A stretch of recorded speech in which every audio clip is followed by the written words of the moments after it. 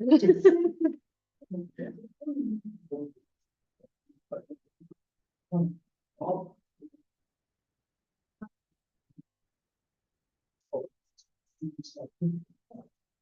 much here, nobody but so you're so Okay, family. yeah, I don't think that'll work. Space aliens have a bird.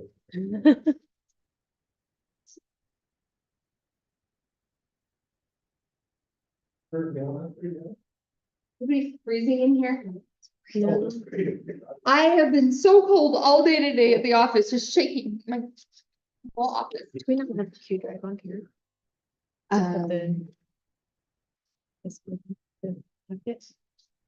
No. Do you want me to hurry and throw it on that flash drive? Yeah. Happy to.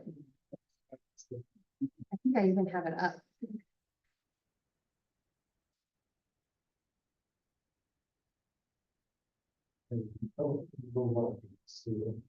I think we we are, are. yeah. Yeah. Stop talking bad about me, Andy.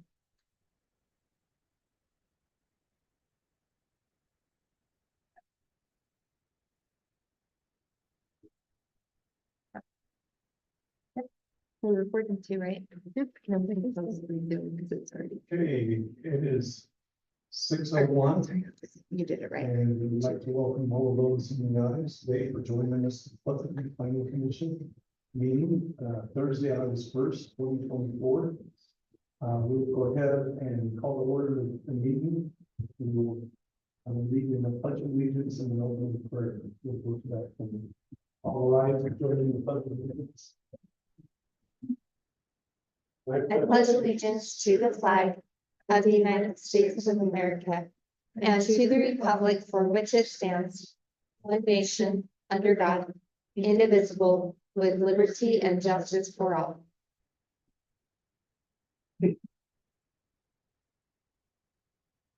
Our kind gracious Heavenly Father, we thank you this day for the opportunity to have as citizens of this great community to join here to do the business for our city.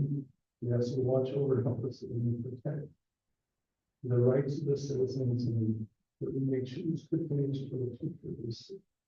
We ask that this time to bless our fire department, our officers, and all those in the military serve for us so diligently.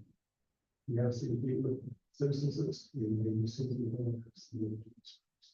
of the Okay, first off is we need to, all those on the commission have had a chance to see the agenda for tonight. Is there anyone that needs to give a declaration of conflicts of interest? If none, we'll go ahead and move to item number 2. We have a public hearing.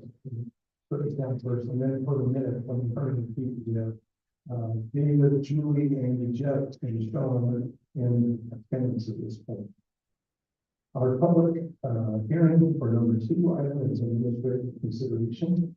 We have a public utility easement that we're looking at tonight, consideration that vacate a public utility easement for the property located within 304 West, 3275 North, 310 West, 3275.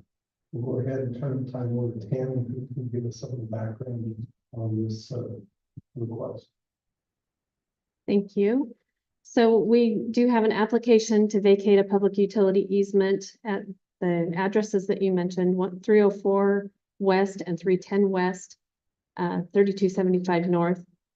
There are 2 adjoining properties that there's an old utility easement that cuts kind of diagonally across the corners of those. We are looking at vacating those. They have, oh yeah, sorry. I can help drive while you're talking. So the applicant has done a lot of legwork and has contacted and gotten letters of release for pretty much any utility that would possibly be using that, including the city. There is nothing showing that we can find that is using that. And so we are looking at the staff is recommending that we approve the vacation of this easement. Any questions for staff? Do we know why that easement was there in the first place? I don't think we have No. been able to find any purpose for it. We actually, we did a little bit of research as staff and there really wasn't any indication. It's really kind of an interesting thing because some of the older plat maps will sometimes just have things dedicated and maybe they had an intended purpose or reason and we just don't know. I know that there was contact with the county to see if there was any historic reason or record, but there's never been any utilization. And the city itself, in talking with Tyson and Public Works, has no anticipated need for it. And you can see on the map, and it's a little bit small at the top, but I mean, it's a slant between the two properties. And so it's a very awkward easement for That's gonna certain. be my question is, why in the world, there had to be something special for someone to create it almost at a cross on the property line. And my guess is that it probably pre-existed the subdivision. Right. And then that begs the question, where does it go from there? Does it continue on through the subdivision? So it actually doesn't. That's what's strange. It's just across these two parcels. It's down. Oh, there is some, If you look further down by 3100 North, it continues down there, but that's the only two places that it shows it. It kind of has a gap between those two locations. So we'll probably remove from some other parcel Mhm. previously. correct. Now, are these still being used as two separate parcels? Or is it a combined? It's They're two. two separate. Parcels. I think there's just one structural one. There's just one structure, kind of a barn on the 310, I believe. There may be, and I can't remember exactly, Tyler went out and looked at it and walked around, and I think there could be like a chicken coop or something on the other portion. It used to be adjoined to the property to the north. It used to be part of that. It's an old, Sorry. it's an old chicken coop. Those chickens are old. Doesn't, are there chickens there? Not that I know of. Can you go ahead and have the petitioner come up, stating name and address? We have a petitioner. I don't think he's here. Oh, so we can just table this. So I guess I'll throw something out there really quick, and you're welcome to table this. This item, and I'm not certain, I don't know if we explicitly invited the petitioner on it. There was some confusion with whether or not this went to planning commission or city council with our code and state law. So we spent a lot of time, because a municipal utility easement goes to city council, but our code requires that a public utility easement come to the planning commission. I will say that this petitioner's waited a long time to have this heard, but you're welcome to table it if more comfortable. Just as a reminder. To the commission, if the people, the applicants don't show up, we put that in the commission bylaw, so we know that they should never show the area right to just ask them. Table it until the next meeting when they can, because we're here and we can talk about this stuff, but they don't have the ability to come here to answer questions. You're welcome to make a motion and approve it, or someone can make a motion and table it just because they didn't have the courtesy to show up. I consider it a useless utility easement, but it's preventing them from developing their land. There's no purpose in letting it stand for nothing. I'd like to make a motion that we approve it. I think we need to go to public hearing. Yeah. We've got to ask public hearing, so the plan of the motion. Go to public hearing. I'll make a motion that we open for, hearing. Who has made a motion? We have a second. I'll second. Sean, a second. All in favor, say aye. Aye. Okay, we are now in public hearing. Do you have anybody from the public that would like to address this topic of the easement involved? One from the public, we'll go ahead and take a motion to close the public hearing. So. Sean's made a motion. We have a second by Jeff. All in favor, say aye. Aye. Okay, we're gonna close. Are there any discussion items on the meeting? Okay, take a motion. I'd like to make a motion that we approve the abandonment of the easement. For staff recommendation. Okay, we have a motion, do we have a second? I will second that. I will second. Any discussion? All in favor, say aye. Aye. Second passes unanimously. So I say, And for the record, I am one of those that I will have tabled it because I think it's very important to people, unless they tell us to say, by the way, they won't be able to make it, and it's stuck in traffic or something else. But I think it's a courtesy. That's what our group's like, we've made the effort to be here. It's a courtesy. Come, what if we had a question, say, I would make one back here, but you still have chickens on there, or we are at 15, we get rid of that at this time, so we make sure that we're legal on all parts of this. I just made that up. So, but I should be able to ask the petitioner, are we going to meet all parts of the zoning change or change, because they're changing that strictly so they can build them. That would be a question too, so your plans to this. So, okay, that's just my thought. That doesn't mean I don't hold any more water than you do on this, so. And Chair, next time we will make sure to better communicate with the applicants on that, because again, this one, it was a transitional item from our prior planner, and so just kind of working through the process, I think that point may have been missed on our part. Okay, next item is a legislative item.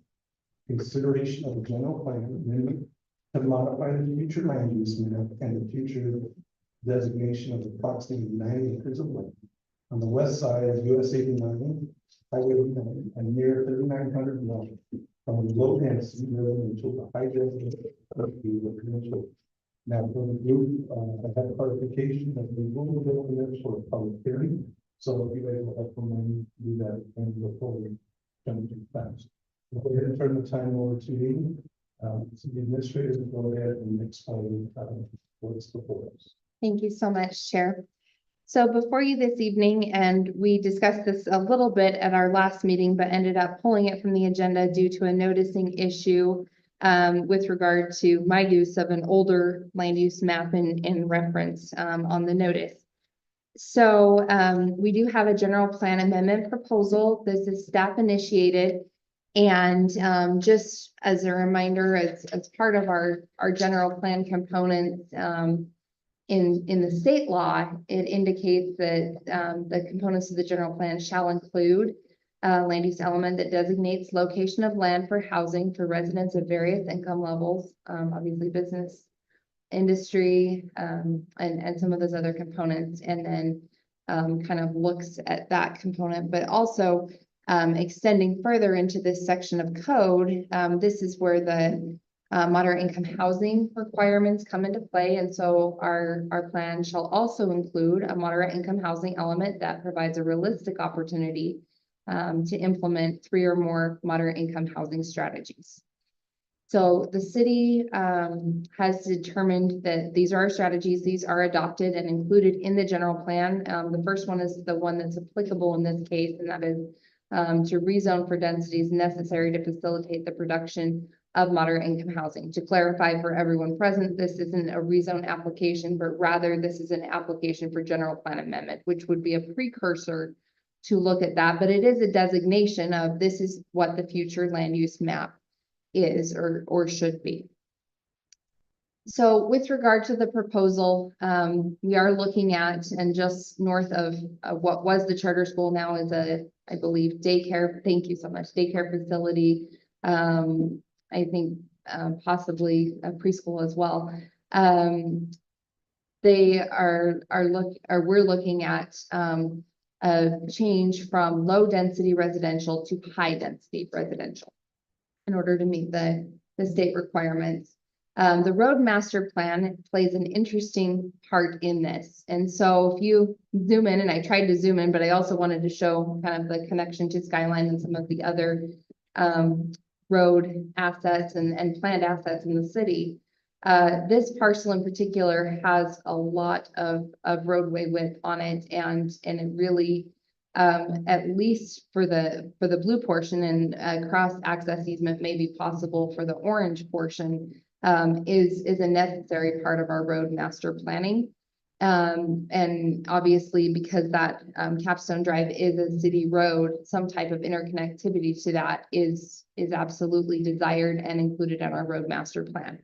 And so we have met with developers who came forward with a proposal to look at manufacturing in this area, but because of the way those different roads intersect upon that property, there's really not a lot of usability that's available. And so that's largely the reason, I guess, why this has been a determination of, maybe this could work for multifamily housing. It's adjacent to that school, which if just surrounded by manufacturing doesn't make a lot of sense, but it also would be an impetus to allow for the road master plan to be addressed.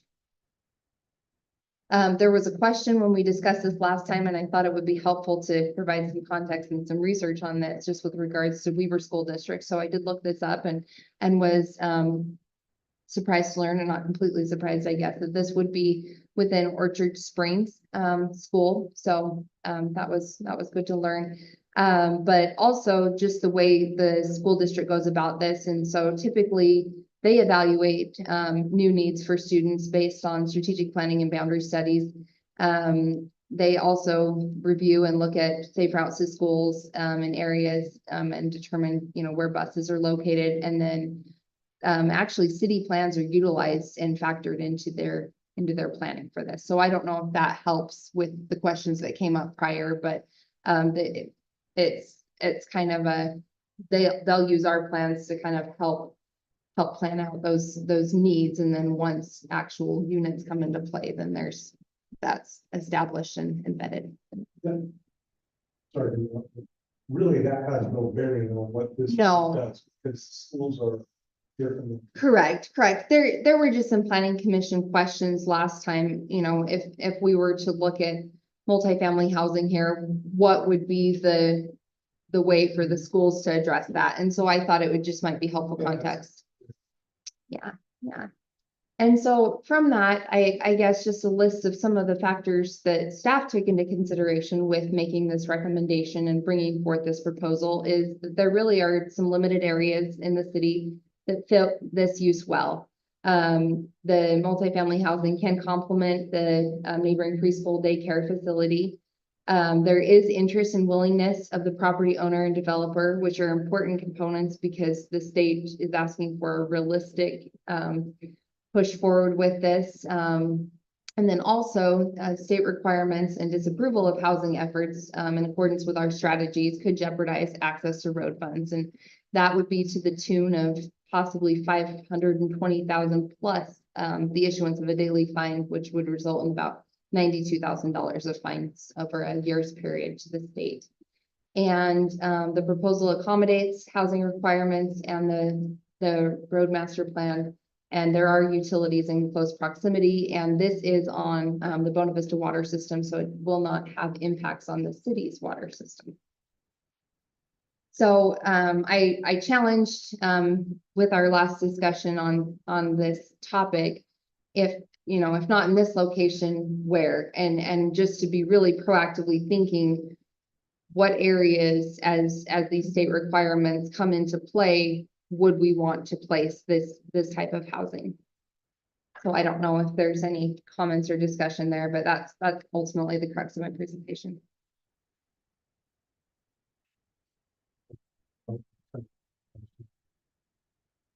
Go ahead, Julie, you have a question. Oh, can you go to the previous screen? This one? It said, if not here, where?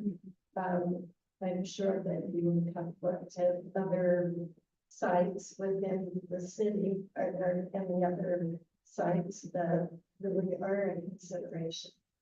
And so that's where I think it's kind of needs to be this alignment of development groups that are interested, property owners that are interested, in the city that's interested. And so it's a little bit of a tricky dance. It's saying we may be interested, but the property owners maybe are not interested. Correct. In them. Correct. So Correct. And This time. at this time, and that's one of the tricky components as well. And so in kind of looking through that, I think the city is very carefully and strategically evaluating. One of the areas where I anticipate we will have multifamily housing at some point in time, and will be required once service is restored at the UTA station to have a station area plan and to have those elements in there. However, because we don't have an active transportation line there, we are not required because of the state definitions to have that plan in place at this time. Required A station area plan for the UTA for the front runner station. So at some point, when they have a definitive date of restoring service, we'll need to establish a plan which is. To do, to have we have a master plan around the station. more of it used. On the west side, it's pretty long. And on the east side, we already have. Yeah, Yeah, there's still a decent amount of raw ground around that area. We consider moving the station north by the parking lot. Since they're really not allowed to park by the station currently. Well, and that's something that I think, I mean, the last that we've heard is the station will be restored in about 20 years. And so I don't see any need for planning or investment at this point. My hope is that with the 2034 Olympics, they're gonna get moved out. I would hope the same. And I don't know if there's a way that we could encourage or put a little bee in their bonnet. I don't know. Yeah, other questions for staff on this. I'm gonna jump in with a couple. The state is asking for us to make these changes, whether they've got their recall code and it's setting out there. If we change it, what else does it? Okay, let me come back to that. How much is the number that the state requires? I mean, we're saying, here's the state code. But is this enough? And as soon as it's built, then we gotta have another one, and then kind of, I mean, what? Therein lies the problem. I know, so I'm just like, why are we doing this now? Because we have to the state. But the minute we do it, you want, oh, well, you gotta give us another one this year or next year. So I guess, is there something that says, okay, we did this because we needed it as part of our 3 items? But does then that satisfy, or they're like, well, you built it, like, what next? So in addressing the state requirements, I feel that the city is being extremely strategic in how we're doing that because there is a 5-year implementation period. And so we are looking at an incremental implementation. And so that ultimately we don't and meet the requirements so quickly that we are in a position where we can't meet the requirements. And I know that sounds a little twisted, but we're being very, very incremental in our approach. And so you probably noticed this last year in our housing report, which we just barely submitted for this last year. We did a lot of education and training with you and with the city council. And the main reason being is to kind of lead up to the actual actions, but the actions and meaningful progress are what are defined as the requirements. And so you're absolutely right. There's not a defined amount of units, but it's just showing that these are our goals and we are working toward those goals. So we can tell the developer to fix, they can do it, but they have to do it for 5 years, so we don't get our goal to the. But, and there are provisions, yeah. Same thing, are you almost penalized in a way? If you're too quick to do it, and then 2 or 3 years down the. So we're year 3 in our plan. We're year 3 in our plan right now. So we're well underway. And we really, and you all have felt it. I mean, we've worked very hard to meet these goals. And so at this point with this specific goal, we haven't had a lot of action. This is newer because again, that educational piece and a lot of the research piece have been what have gone into this. We've been researching ordinances and working on things that ultimately benefit the city. And so we're well into this period, but that isn't to say that the state can't change that at any given time, and they absolutely can, and they have in progress and in process with this. In 1 year, we had 2 housing reports to submit. So I can't guarantee anything that the state will require, but I can say that we're doing our very best to meet the requirements of the state, and in looking at the city and working to do our part, frankly, because there is a housing affordability crisis going on right now in our state. I feel that that the proposals we're looking at are justifiable. Okay, so can I, let me finish one last question I'll throw out since I'm going. If we were to change this, it says the definition is low density and high density. Can you define that a little bit more? And I want this in two parts. One, what does that mean, high density? We're going for this, but it's good. For the record, when the school got put in there, I was not for the school building in it because I didn't see that as being a great place for it, traffic wise, I think from the business standpoint. But I was even more, I didn't like the fact that we had the tag right next to it as a residential, because I saw this coming in. So, for the record, but my question is, if we were to say low density and high density, one, what high density definition is, and two, if the developer, they may be here saying, yeah, I think we'll do this. If they back out and we've changed our master plan for this, what else could come knock on the door? Now, we might like what this developer is saying, hey, I'm gonna put this in, it's not too dense. Mhm. But if they back out, the next guy knocks on the door the following month, and he wants to put something totally else in. So what's, I don't say worst case scenario, but what else could end up in there that we weren't planning? Along with our terms question, I had written a question both to you and Tammy earlier today, that I was wondering the way it is on now, low density, how many rooftops or how many residences or that consist of versus high density, how many rooftops, because that I can count, it's measurable, I've done like, it helps to determine what. So I have, That kind of goes along with your question, exactly what are the talking about? I have those numbers, just one second, let me.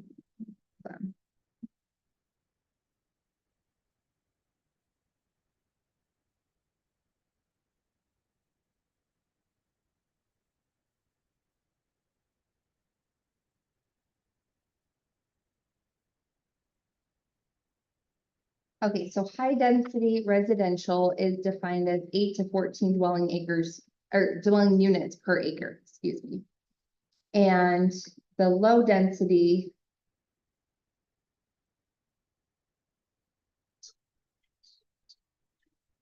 Mhm, 2 units per acre. It's our 20.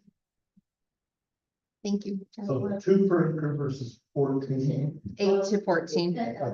Oh, That's. Yeah. That's what I think. Developer may say, But I will ask you to consider, where's the map, that road master plan and some of the unique challenges with that as well. It's a tricky deal. What is, this- This is not a new map, this is a little bit. No, that is our current road master plan map. Okay, I'm gonna uncontrol the call here. Talk loudly so it gets on the recording.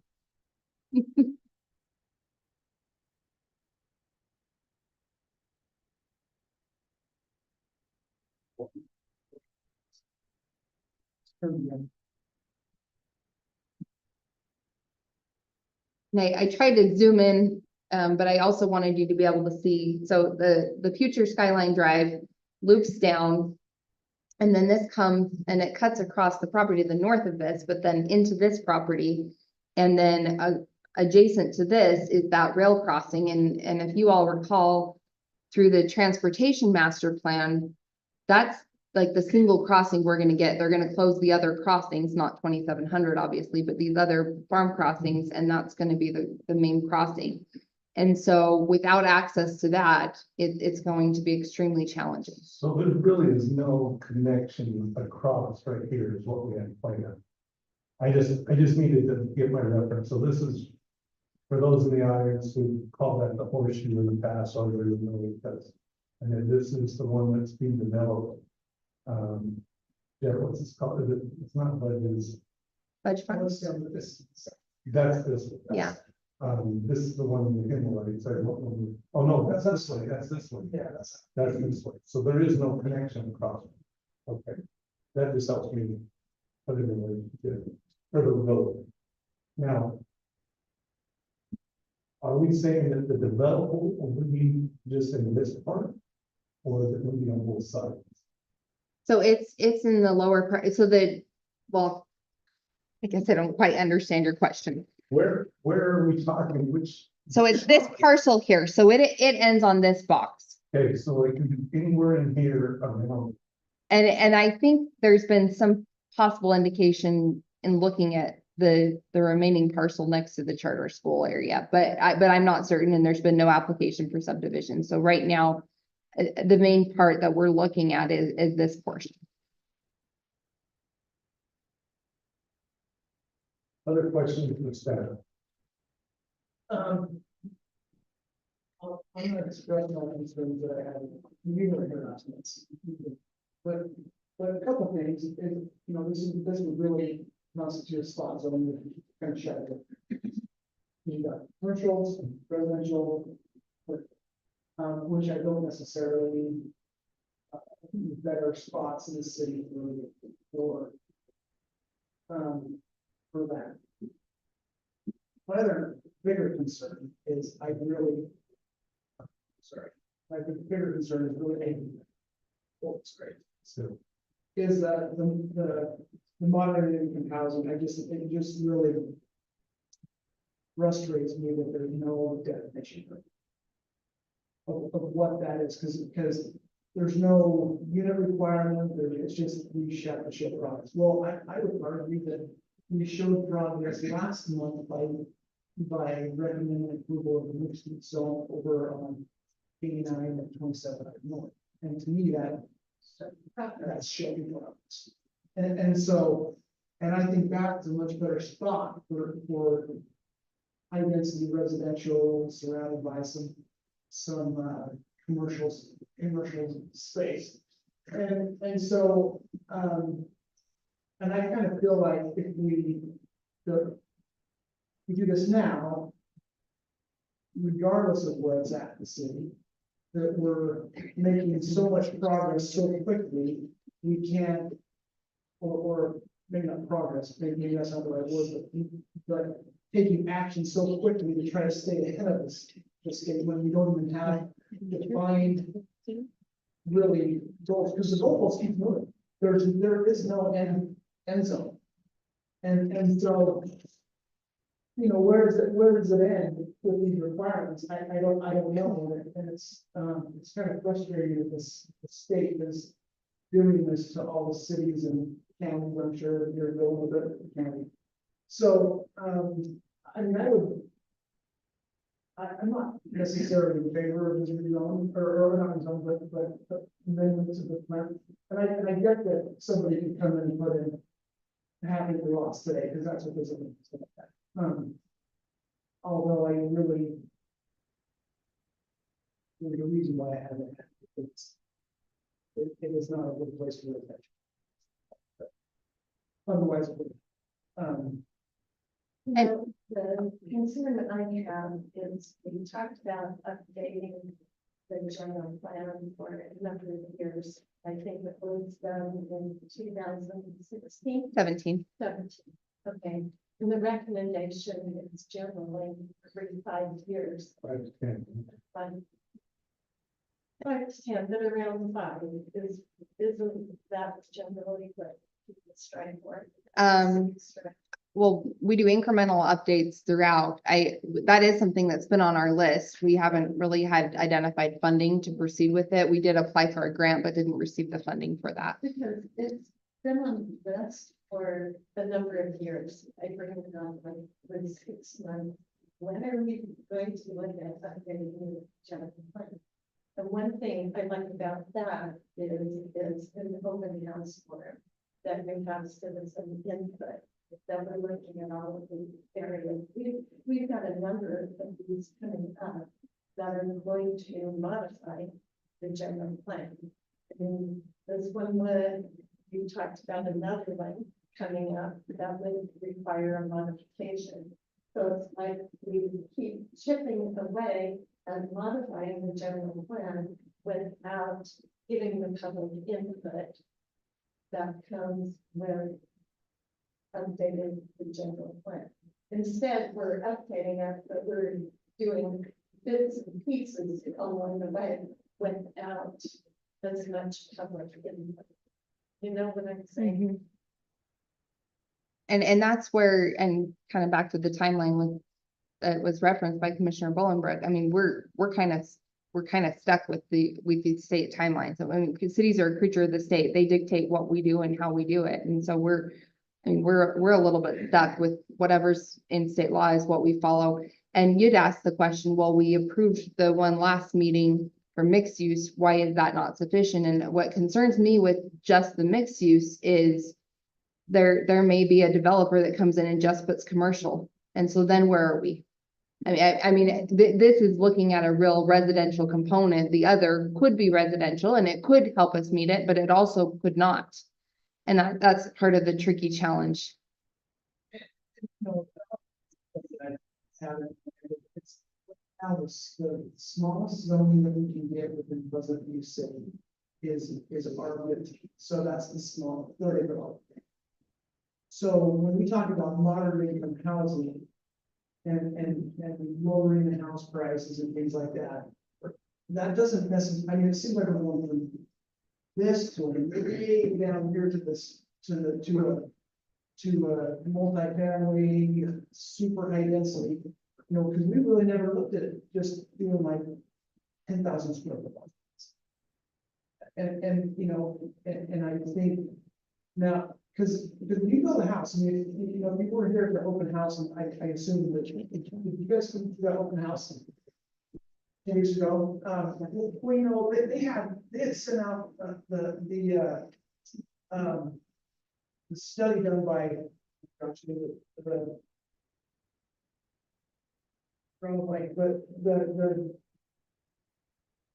Envision Utah, Envision Utah. So they sent out this big study. And they showed the reduction in pricing on the lots if they go to, from like a 1/3 acre lot down to like a 1/10 of an acre for a town.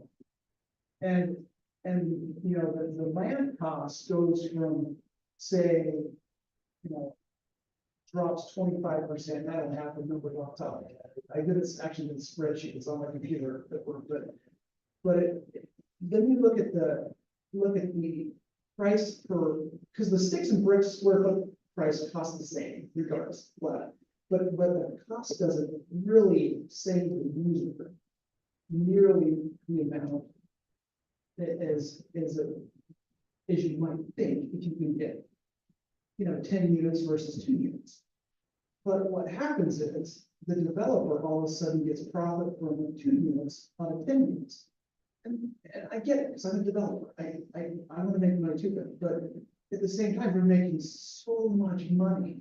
And I was just going by their Envision Utah's.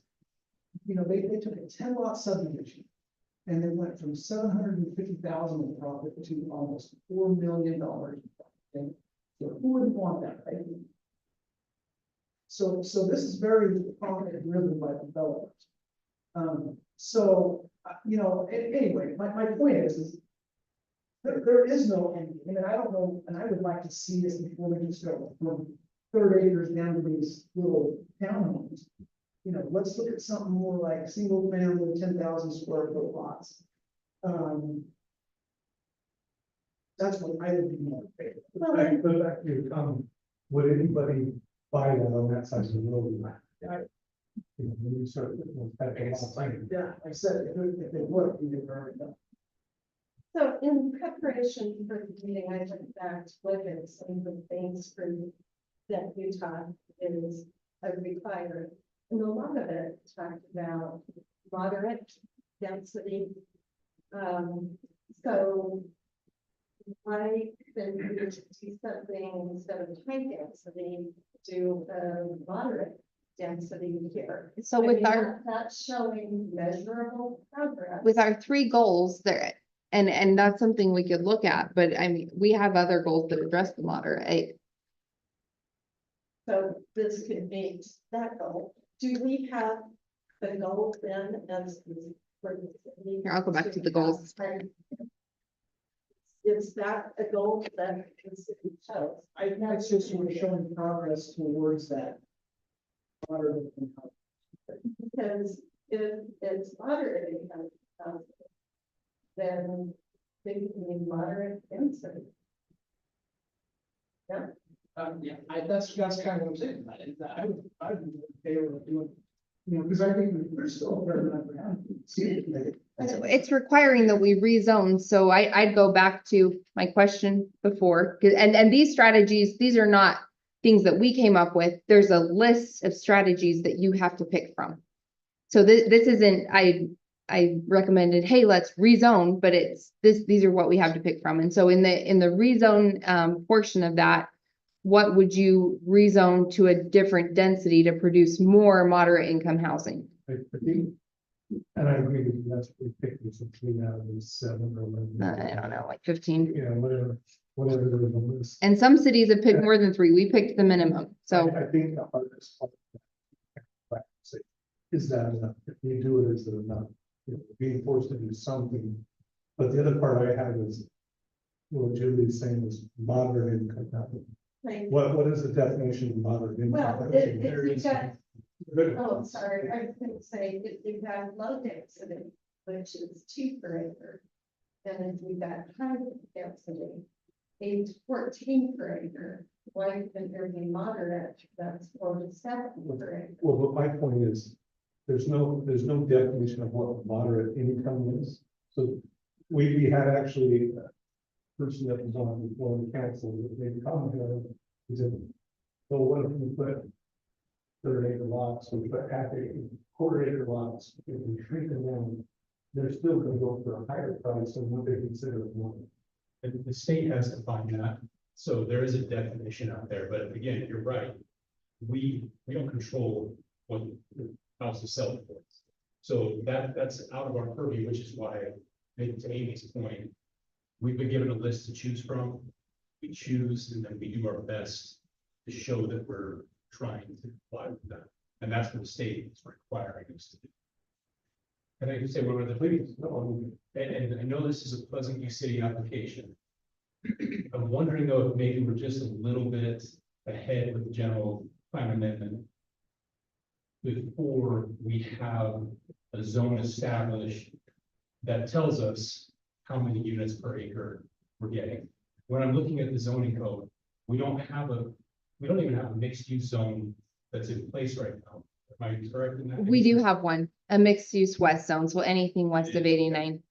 But it does require, that zone requires a percentage of commercial. Correct. And we are looking at, and this is a public hearing and there are folks, I think, here ready to speak to this, but it's something that we are actively looking at establishing, and that's honestly part of meeting our strategies as well. So it's kind of interesting, and I think Sean can probably relate better than anybody. I mean, we spend so much time as a staff trying to make sure we're meeting these requirements. And so doing research, doing outreach, Tammy had put together that form on the ADUs. I mean, we're spending hours and hours, and I don't think the state has any clue how much work is going into this. So we are actively working on an ordinance relative to that. And maybe that would just provide some comfort to the planning commission because this whole discussion is centered on, well, what is high density, what is low density, what is medium density? It's so nebulous. And if there was a zone that said, in Pleasant View City, this is what high density is. But I guess the flip side of that, and not pushing one way or the other, but it's having the zone in place really won't happen until, I mean, we can't apply a zone that doesn't exist. And so putting a general plan amendment in place doesn't necessarily negate the need to still establish something that can go in place. You're exactly right. I guess the problem would be if we came back and said, and did you get the definitions from Pleasant View Code? Yes, Okay. yeah. then, So those amounts are in our general plan. That makes me feel. Yeah, so what you're approving is those amounts based on what's in our general plan. So that's the maximum amount. And it is general plan language, and it's specific to the different designations in that. And so we have to work from what's in that. Okay, that at least gives us, I rescind my comment. You don't know, you don't need to rescind it. I think it's good discussion. Know that those are in the code, that's the max. When they're, you know, just the whole moderate income, what does that mean? I mean, I would almost rather it say, you know, high density. You can put numbers like for, you can for low density. But it's like high income, low income. What is it? Yeah, What's your coming from? the state defines it, it's a certain percentage of the average median income of I a think it's- population. yeah. So Which is changeable every year. it is, but the state, yeah, the state defines that, so that's what we go. Any other questions or changes this in the bill? We'll have more time to discuss that. What's the supposed we have? Oh, yeah, maybe you're all night. We don't like that. But we've been. That's my goal. Very late night, but you gotta draw a line at. And we go, had someone vote on this use. Anybody would like to make any other comments or make a motion to open the public? I'll make a motion that we open for. We have a motion by Julie. Do we have a second? Second, all in favor, say aye. Any opposed?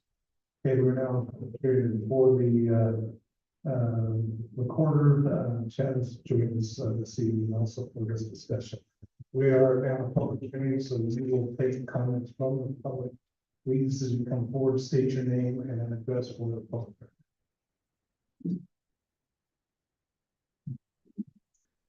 Thank you. I'm sorry I jumped the gun there a little bit. Jordan Watson, 1634 West, 1850 North, Far West, Utah.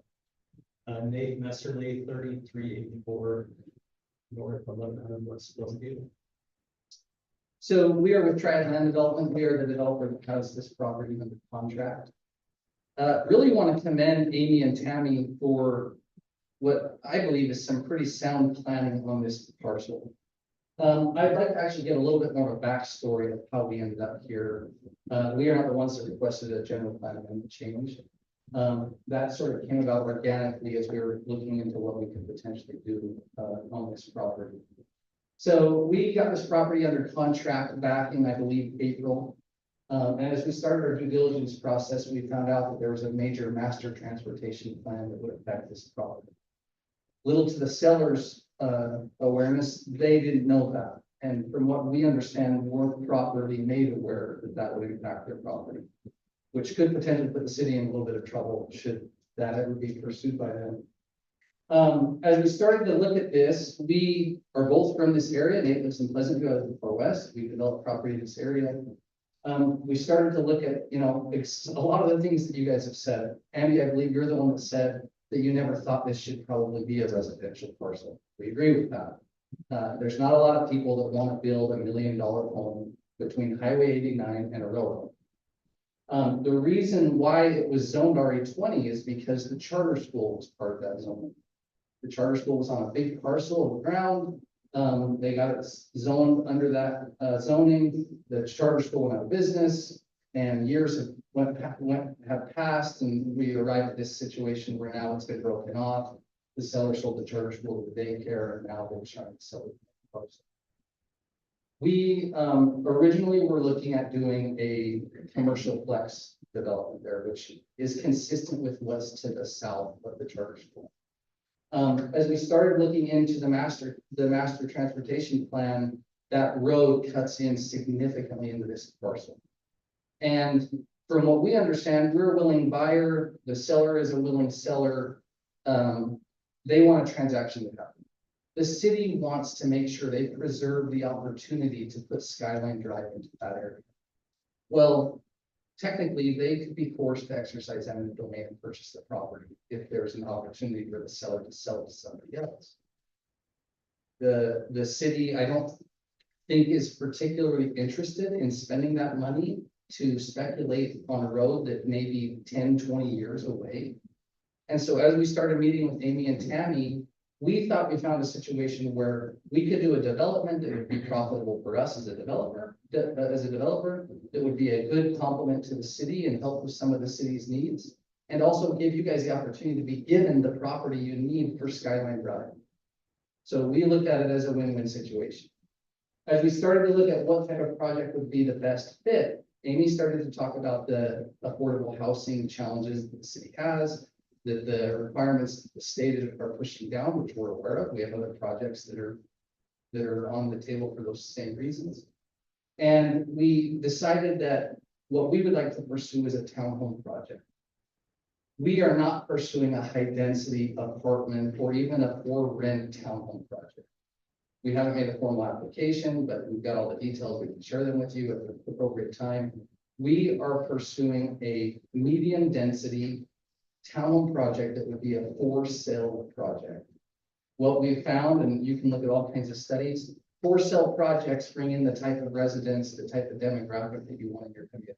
People that put their roots down here, they're going to participate in the community, they're going to stick around. You're seeing all throughout the news that for rent projects are not best for cities, not what's best for cities, and really not what's best for renters because they want the opportunity to own. So the state, we talked a little bit about what is moderate income or what is affordable housing. The state has a program right now that for $450,000 or less, they will give a $20,000 down payment assistance to a new homeowner. I just looked on the MLS at Pleasant View City. There's 2 homes for sale under $450,000 in your entire city. They're both built before 1995.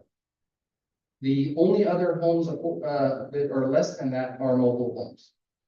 And there are no new homes even remotely close to $450,000. Our project, we are proposing a townhome for sale for under $450,000, so we can accommodate that buyer. In addition to that, like Amy said, I mean, in a perfect world, yeah, you'd love to pick and choose just the right spots to put these types of developments. But we are a willing developer that is ready to actually execute on a project like this. You can tell me tons of parcels on 2700 that you'd like to have a multifamily project on. It's not feasible. The sellers will not sell that property for anywhere near what it would take to be able to build a project like that. The property at the corner of the Barn Golf Course, I believe it's for sale for $20 or $30 a square foot. You couldn't build a 10-story apartment building and make that project density. So we think that on this outskirt of town, we've already talked with the only neighbor that this even affects, which is the charter or the daycare. She's a proponent in favor of what we're trying to do. She's the only adjacent landlord that this would even touch. So we feel like it's on the fringe of the city. It's in an area where really nothing else works except commercial. It helps the city get their affordable housing requirement. It gives a place for your children, your grandchildren, your friends to actually be able to afford home, because there is not that ability right now in Pleasant. And it gives you guys the opportunity to still get your master transportation plan met, which is going to be a major thoroughfare into a huge economic opportunity for you guys into the expansion of the industrial parks. So those are all of the things that led to this potential general plan amendment. There's a lot more behind it than somebody just coming and trying to throw another apartment building on that parcel. Nate, anything you wanted to add that I left out? No, I think you hit all the right spots. I mean, just hitting on maybe a comment you said, economic opportunity. There's, from what I understand from the city and our conversations with Amy, the property which should be to the west of our development, crossing the railroad tracks. There's kind of a stop on any future commercial industrial development until there is additional assets. So there's some help there from the city and the tax revenue perspective that kind of opens the door for more industrial manufacturing. But yeah. Couple quick questions. Yeah. And I know you have not put an application, so you're not locked in. Correct. I'm sure the question will come from someone up here on the site. what kind of density do you look at? And then when you're looking at $450,000 for last year, do you see people actually buying that? You made the company yourself, who wants to buy between the freeway and the road track? So do you see that you're gonna be able to be popular with people that want to buy those? We do, because that's a price point combined with the opportunity to live in Pleasant View, even though it may not be the best location in Pleasant View. That we believe home buyers would jump at the chance to buy those units. You know, you talked about 10,000 square foot lots. The problem is 10,000 square foot lots, quarter acre lots, you name it, they're still never gonna touch a $450,000 price point. Unless you're doing connected units, you will never touch 450,000. And so we're trying to come to the market with a product that doesn't currently exist in Pleasant View. But we're trying to do it in a responsible way where, you know, the most profitable thing for a developer would be to keep it and rent it out. But you guys already have that down at the station. And from what I understand, that hasn't always been the greatest thing for the city. I think that they probably have to cater to that development more than other areas of the city. And so we're trying to merge a for sale market rate product with a price point that isn't available right now. And so, yeah, we've had our engineer draw it up. It fits, it's nice because it actually comes back behind the charter school on Capstone and kind of creates kind of a buffer off of 89. We've looked at the code. Currently, as long as you're under 100 units, you don't have to have a second exit onto 89. We've met with UDOT and they would grant us a temporary access onto 89 while we wait for Skyline to connect on the master transportation plan, but it wouldn't be required as far as we understand. And so you don't have you don't have the traffic coming right off of 89, it wraps back behind. And so there's just a lot of reasons why this, in my opinion, and I know it's easy for you guys to look from that side and say, well, the developers can say whatever they want so that they can profit. But it just seems to make a lot of sense. You know, the city wants to pony up $1 million and buy the property through eminent domain and sit on it for 10 years until Skyline comes in. I'm sure you could do that. But I don't think that's typically how government funds are like to be used. And so we're just looking at it from a perspective of you get the affordable housing you need, you get the road you need. The seller doesn't come after you for not being notified about the master transportation plan. You know, you guys obviously make a significant amount of fees and things from these types of developments. And so like, I don't see, I really don't see any reason why anything bad comes from this proposal.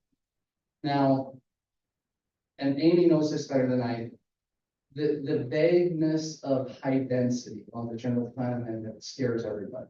Because in your mind, you said it a minute ago yourself. How do we know these guys don't walk out the door and say 80 townhomes and then the next guy comes in and wants 400 apartments? There's going to still have to be a formal application and review process, regardless of what the general plan says. You guys still can strike down anything because it's going to have to meet your code, which Amy is going to have to work with the team to create that code before the application can even be made. But it's a little harder once it's on the general plan to say, yeah, we didn't want that. But It's harder. once it's there, it opens the door to allow it to do what it's. Correct, but like she said a minute ago, there currently is no zone for multifamily or medium or higher density. So that will have to accommodate the general plan amendment. So, because there's gonna have to be certain setbacks, there's gonna have to be certain requirements that any zone would have to meet. And, you know, we understand that and we've tried to get out ahead of that. Our engineer has done tons of these projects up and down the Wasatch Front. And so those are all things that are gonna have to happen in the background. You guys, by approving this general plan amendment, aren't telling us like, hey guys, good luck, go do whatever you want now that it's high density zoning and we have to be a hostage to whatever you want to do. You guys have done this with every development that's come through here. You still have a say in whether you recommend it to the city council or deny it. And so, you know, I wanted to get up here because you always hear the concern when high density is mentioned. People get terrified. And rightfully so. Drive down through Ogden and look at some of the things that they've let come in there. We live here. Nate lives right around the corner from this. And so like, we care about this community. We don't want to cram something in here. I've got a 15-year-old, where's she gonna live in 5 years? You know, a $700,000 or $800,000 single family home is gonna be out of reach. And we can't just say to these people like, well, sorry, Pleasant View is better than a $450,000 home. You're gonna have to go to Roy. Like, there has to be an opportunity for that product, even in nice cities like this. And so our goal is to like collaborate and work together to make sure we do it right. And so that would be our proposal for you guys, and we'll bring a lot more detail, and we're happy to start the formal process. We wanted to wait until we saw how this meeting went. But our intentions are to move forward with a for-sale townhome project on that parcel. As far as the density goes, there was a question, how was the density? It's right under 14. Yeah, I'll have to go back and look. We're on, our parcel is 6.5 acres. 6.5. acres. Yeah, and we've currently got us around 80 townhomes. 80. To give you some comparison, we have a project that's already been approved in West Haven that's on 4.5 acres, and we have 138 apartments approved on. And so that's, I think, 34 units an acre. So the density is not high density that we're proposing for this project. It would actually fall under what like an engineer would term a medium density product. That's right on the edge of the map, it's right on the. So for us, that's considered. Correct, that, according to the definitions of our general plan, that's why it's, or it's considered high density, that's why it's, noticed as a proposal for consideration to high density. Doing that, that would allow 6.5 acres. Yeah. Type of thing, so it's pretty close to that. Can I ask how many square foot you're talking for each of the townhomes? We don't have a floor plan designed yet, but it would likely fit in the 3-bedroom, possibly a 4-bedroom unit, probably in the 15 to 2,000 square foot range. 2-car garage, very nice. We will, when we do a formal application, we'll come with elevations and renderings. But yeah, that's in the range. You've got to find a sweet spot where it really, that $450,000, it usually takes a family for someone fairly established to buy a unit like that at that price range.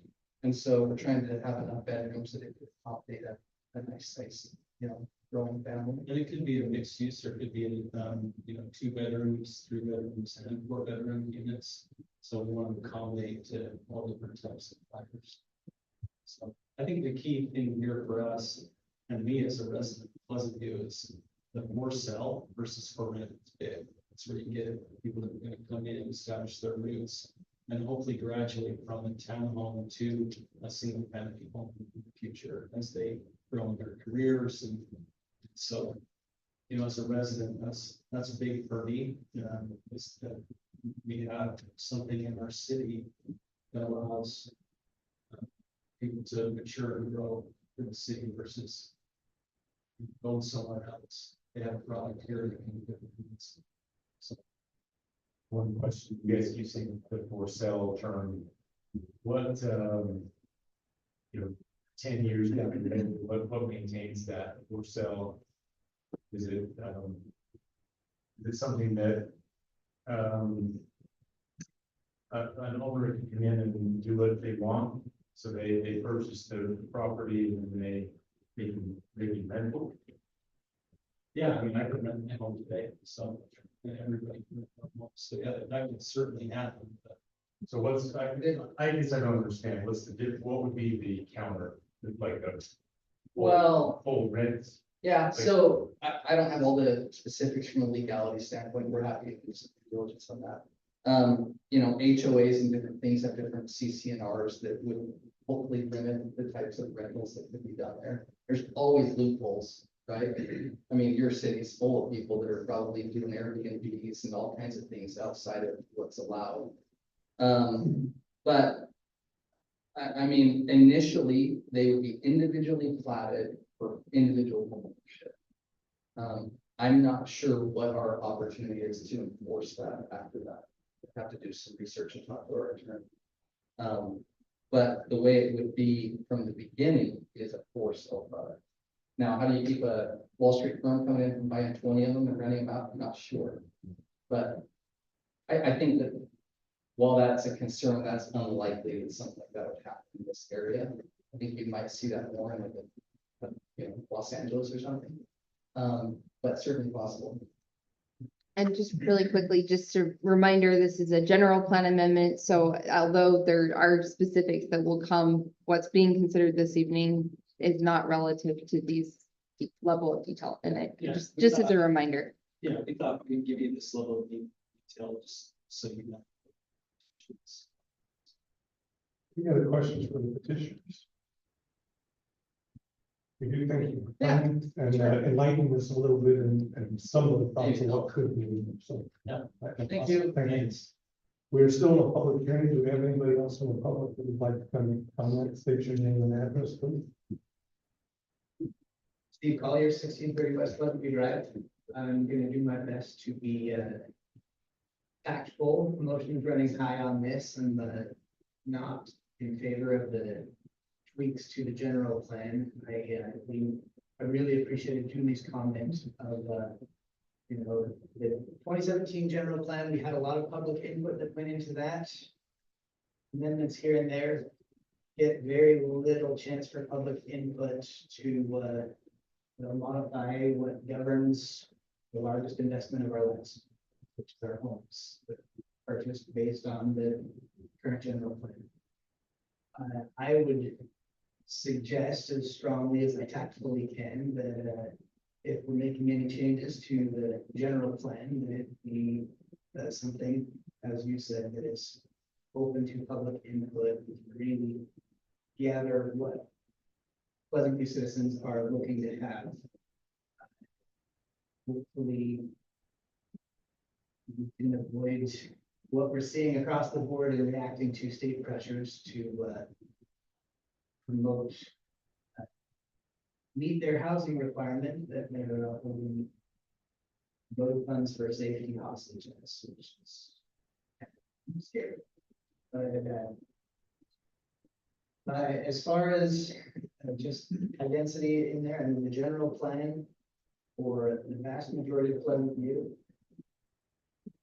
resounds very loudly that we're looking for low density, small agricultural property in all of the North area, and any higher density stuff would be scattered in that direction, but I'm going that direction. I would just hope that as we look to possibly amend the general plan, that we really do that, as you said, in a way that is possible. I appreciate what you guys do. I have a few more points, but I'm gonna Steve, quick stop question. there. Yeah. How did you hear about this? I happen to be subscribed to your email, so I saw that one email. Never did see it on Facebook like some other meetings, but yeah, that probably doesn't reach very many. Some yes, some no. So I'm always curious because we would hope that more would stay involved like ourselves. But yeah, I just appreciate what you guys do. I understand the decisions you look through, and I just appreciate what you're doing for us.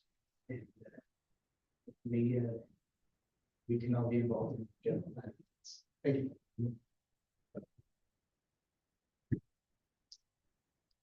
Kelsey Rich, 946 West, 3650 North, Pleasant View.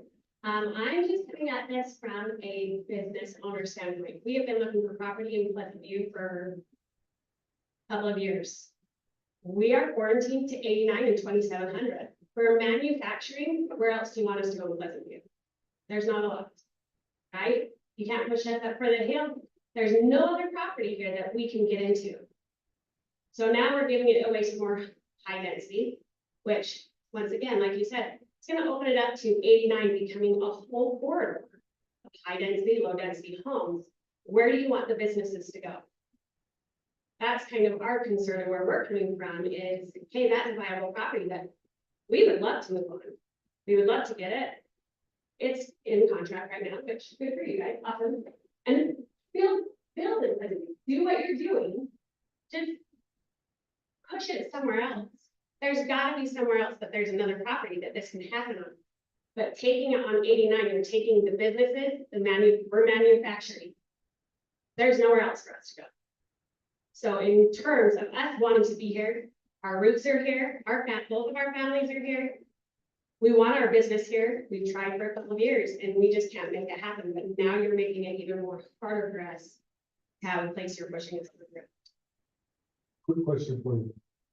And I know it's under contract and this is not a zoning type of thing, but if it had a road that was going through that, would you still be interested? I mean, it's on our future road plans. Yes, we would like to. look You'd at still it, be yes. interested in it, even if it had a road. Yep. Okay. Thank you. Okay, we're in a public hearing. Is there anything else you'd like to comment at this time? Seeing no other comments, following the motion to close. I move we close the public hearing. Jeff, a motion second. Second. Sean, second, all in favor, say aye. I think we opposed. Okay, we're not closing the public hearing. Amy, quick question. Back to something the petitioner said, if we did this into high density, would it just, that's changing the general plan. But do we need to then change to create a zone?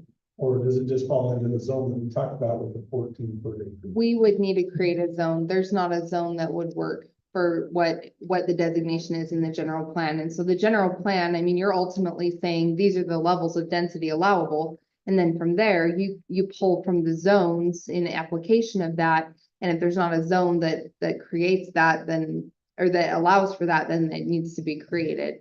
If there's zones that allow for that, you can pull from those, or you can create a new zone that would basically fall into those parameters. And so this is, again, that kind of precursor step to allow for the prospect of.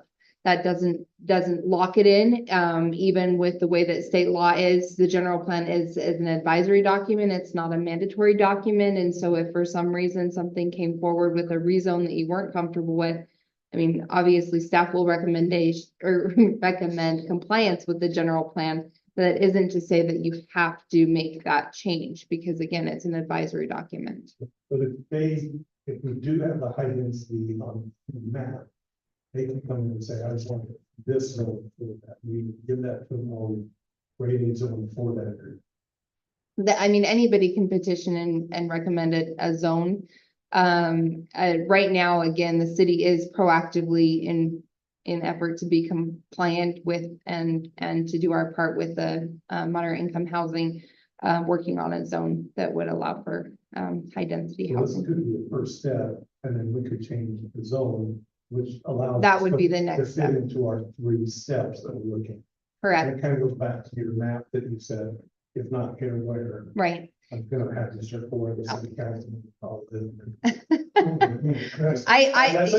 You're making a recommendation this evening, so you're welcome to make a recommendation. But in a sense, because and I told you I'd make this statement, is the fact that the state is forcing our hands as cities. We're being forced to pick one of these 15, 3 of the 15 items, and we're being forced to make decisions that the citizens in the city really don't have a say in. Otherwise, we do.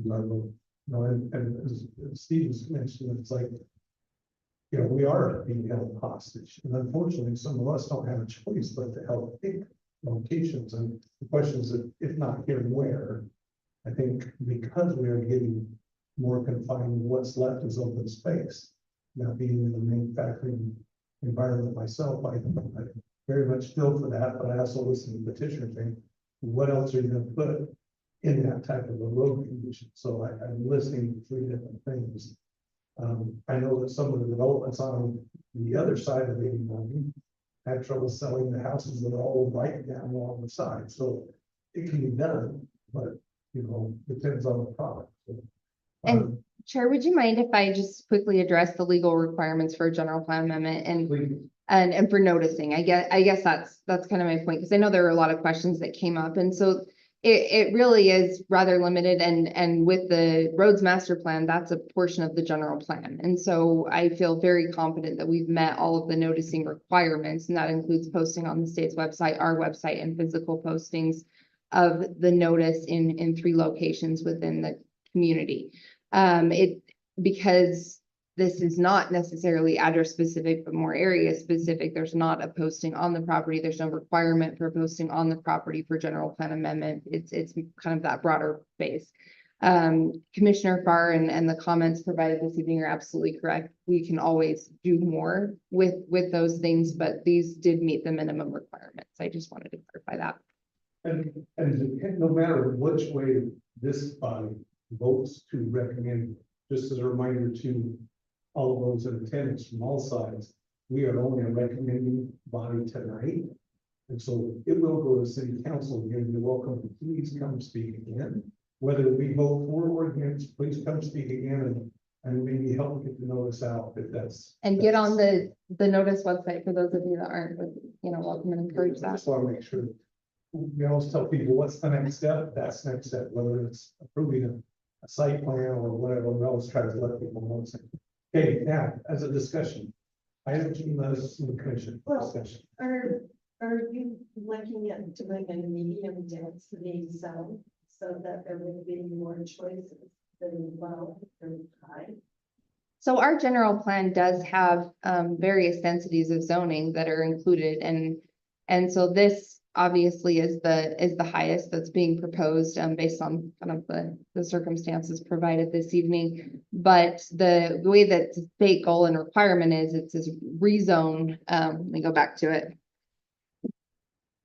Rezone for densities necessary to facilitate the production of moderate income housing. And so I feel like most of our city is zoned pretty moderate density.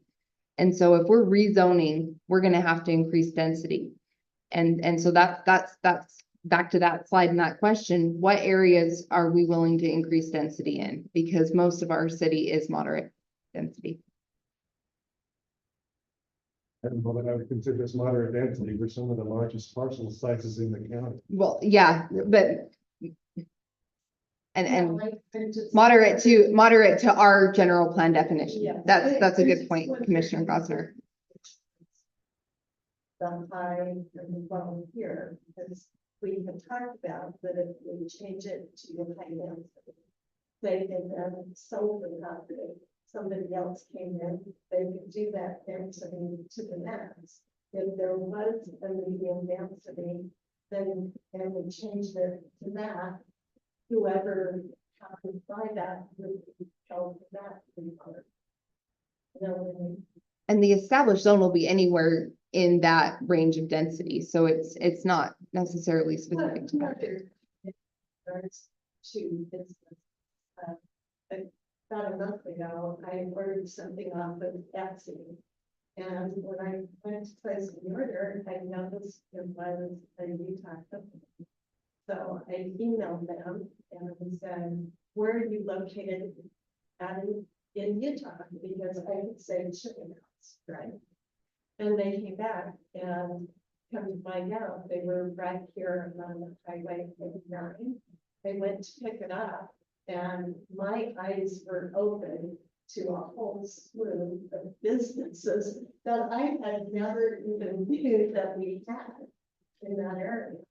And I don't know if you guys all been on the Highway 89 where they've got them like numbered from 1 to 70 or something. And all of these, and so I did appreciate bringing to our attention that we really are somewhat limited on business areas as well. So, we're caught between a rock and a hard place. The state of Utah wants more density. As a city, we also want to have commercial and business. You might ask what the surrounding zoning is. I mean, all of the rest is that purple, so essentially everything around this is what we considered employment or business park. Correct. That's the general plan designation, but the actual zoning itself is MP1, so manufacturing. That's and I'm just wondering if the current owner has considered a general plan change to facilitate being similar to the surrounding area. So that was the initial discussion. I think the development group kind of addressed that, but they came forward with a manufacturing proposal without knowledge of the road master plan. And so once the road master plan came into effect, they did not feel that they could have a successful and profitable facility. Sean? Yeah. Maybe you can correct me if I'm wrong or help me understand. I'm just reading in the general plan, there's, when it talks about high density residential, it says additional areas of this land use classification will be considered sparingly and only in conjunction with approved specific area plans that are typically mixed use in nature. So that's what the general plan advises us on, changing anything else to a high density use. I don't see that happening in this case. So I have a little bit of an issue with what the language of the general plan says, but being asked to make a recommendation on this approval, when I feel like personally, if we do that, we're going against what the general plan asks us to. I understand it's a recommended document. So with regards to that and the statement that you just read, I think if that if it's taken the way that you're reading it, so it's saying it has to be mixed use, but then it's also saying it's high density residential, it's a little bit conflicting. And to me, this actually is a mixed use because you're looking at manufacturing next to this area. And so you're not putting high density housing, high density housing, high density housing. You're saying we've got this school, we've got this housing, we've got this industrial. So to me, that is by definition meeting the general plan because you're doing those mixed uses, because otherwise, if it were that it had to be mixed use high density, it would be deemed ineffective. I'm sorry.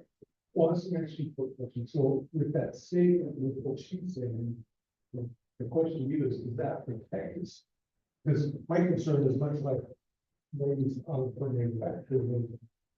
Does that protect us so we don't just go, we have high density the entire way down because it's now saying it's pretty, I think when that statement was made, it was to protect us from having something like the station where it's going to be supposed to be mixed use.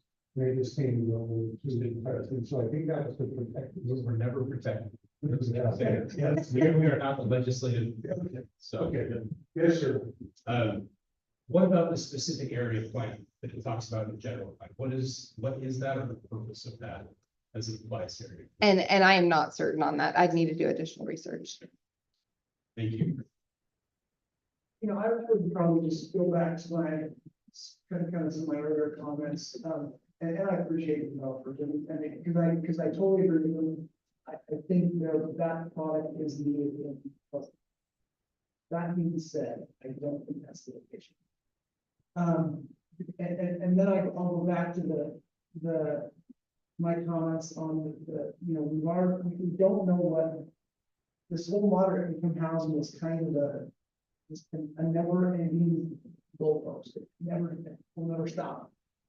And if we take steps to do everything all at once, I think by recommending approval, I'm assuming it passed for the mixed zone on 89 and 2700 last month. We haven't taken that to council yet. We were waiting for this evening and grouping them together. But I mean, I think that's a great spot for it. So to me, that's progress. That's our step because the state can't come back and but we're making progress. That is but if we do it all at once, I have a hard time with that. Because the next person's gonna come and say, hey, let's do this piece and then we got spot zoning all over the city for multi-family. when I know, you know, right out, you say, if not here, where? There, I know of a couple spots on 2700 north that are behind the commercial that would be great spots. I know some land down 89 south of the Desi plant that would be great spots. So, and there's not a lot, I get that, but that being said, and that I agree with these numbers that, you know, I'm in commercial development, and that's what I do for my day job. And we, you know, we could build some small commercial that would work. And so for those reasons, but specifically for the moderate income housing, we already did one. Yeah, that was the question. I guess, the thought was coming to me is, and I haven't been exactly kind of following what the state is. Have we received direct communication from the state where we are, I guess, insufficient in our, yeah, we had direct communication from them, we have specific like action items from them, things that we have to do, or is it just kind of this is what we need to do, and generally we're being asked to kind of follow, you know, their command. So that's really the crux of the difficulty. It's meaningful progress is what's requested, but here's something that, you know, may help, may not. The first year that they reviewed these reports, so again, we're year 3. I just barely submitted our report this week. My fingers are crossed so tight. So year 1, it was, I think 80% of communities that submitted were non-compliant the first round. Last year, it was about 45 to 50%.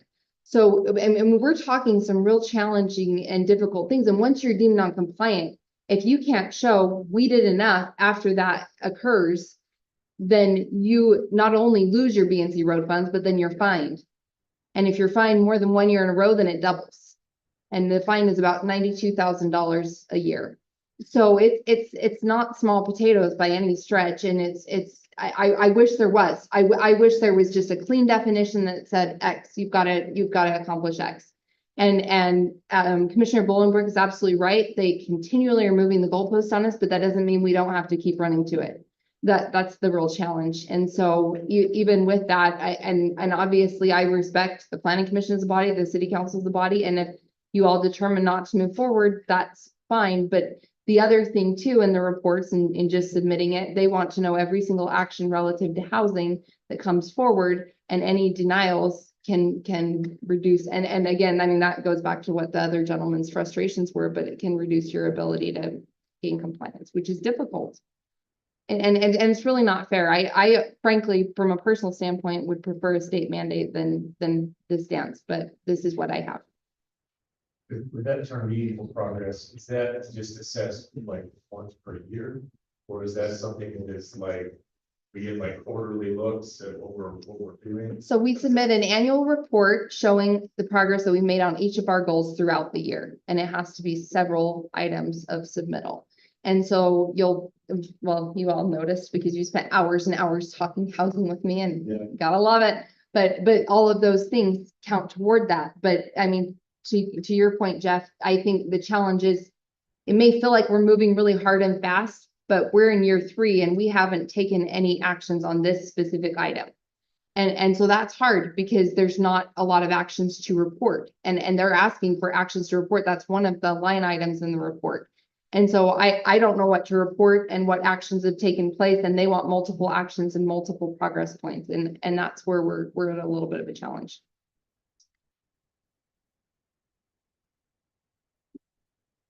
I actually, the staff had a recommendation for this project. This is a staff initiated project. Our recommendation is approval. This is their recommendation. I'm not as opposed as I was earlier. With Jen agreed that there are other places that I would rather see it. But I do like, you know, at the tax increases that they're considering for the county. Pleasant View has the highest median home price in the county. Surprisingly, I would have thought it would be North Ogden, but it's not. do need more affordable housing in this area. And where else you put it, but the fact that it sounds like most of them will be facing away from 89, I think is a plus, and that they have a secondary access is a plus. Like I said, I'm not as opposed as I wasn't. And I hope, I never ever want to get to where, you know, you feel like you're being forced to make a decision from staff. And I guess that's where this really is the planning commission's discretion. Obviously, we've got these difficult kind of facts to weigh out. I think from the staffing perspective, the recommendation for approval, obviously, we want to comply and do our part with the state requirements, but the road piece really is a tricky challenge, and that's probably where that mainly I would source our recommendation. But you know, please feel free to vote with your heart. I don't want anyone to feel like, you know, because we're gonna be forced to possibly lose money or because that's not fair. We just have to take that advantage. Yeah, you don't have high pay they all are. Can we do negative paychecks? Zero, that's it. Still comes out of zero. Any other final comments, if anybody would like to take an action? We'll take anybody that wants to take an action. It is a recommendation. Yes.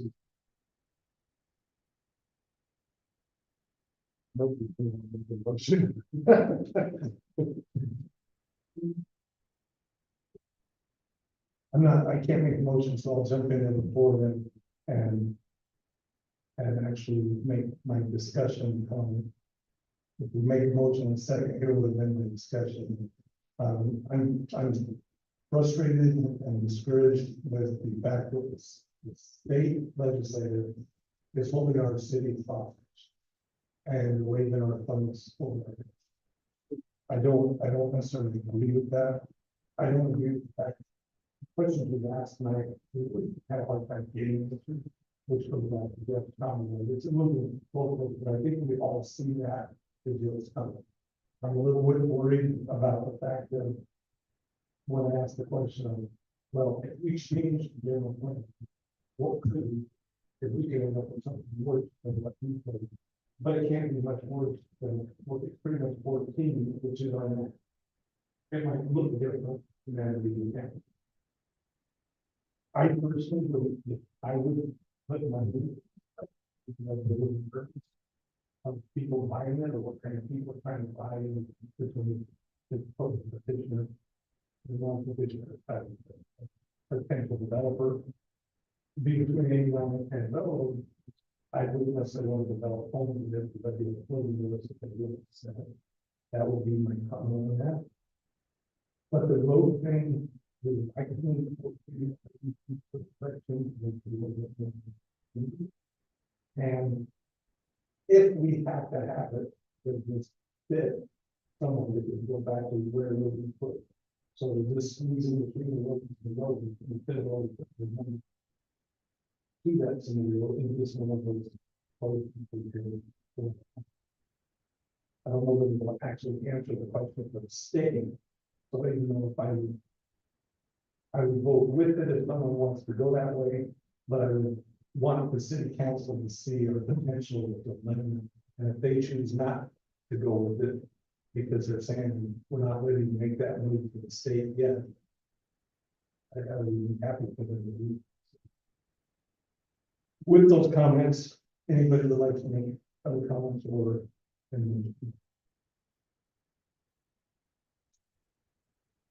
was thinking if we meet every month, worst case scenario, they come back and say, you're losing road funding.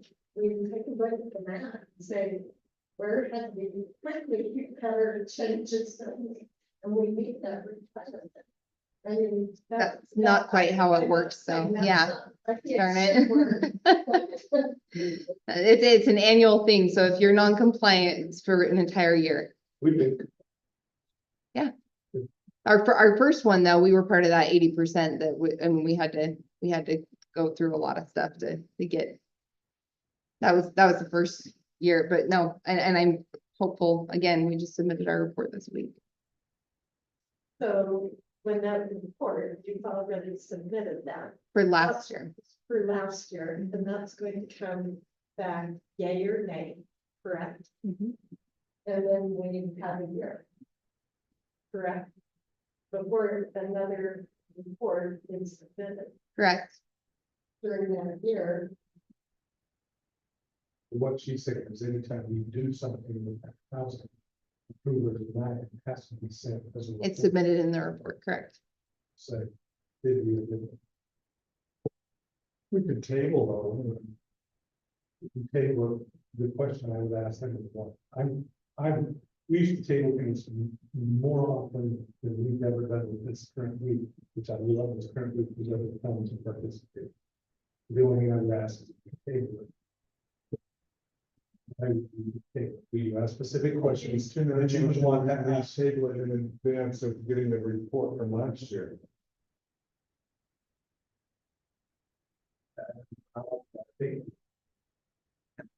I don't know, they have a certain turnaround period, but waiting for the report from last year, I mean, we're working on progress in this year. It's, That's not fair.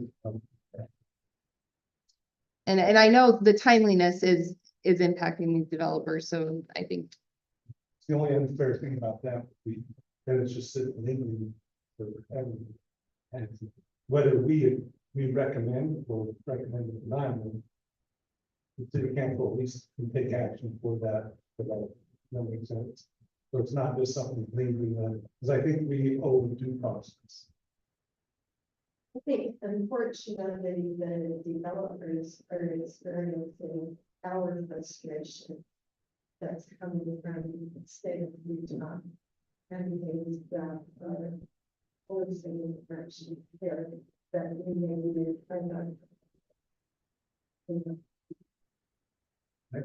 I think it's in the key that when we do a general plan, we give the citizens that one, how to educate them on our requirements for the city, but also get their input saying, what, I gotta have it, so you guys know.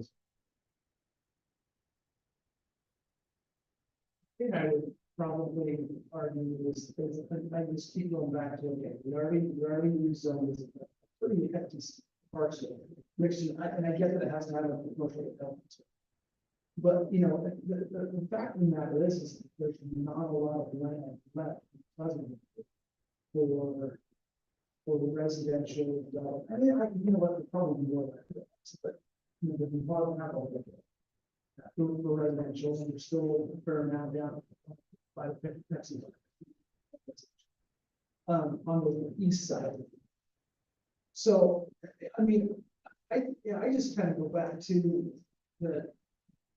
I feel like that's pretty meaningful progress, because it was pretty good sized chunk parcel that we recommended rezoning to.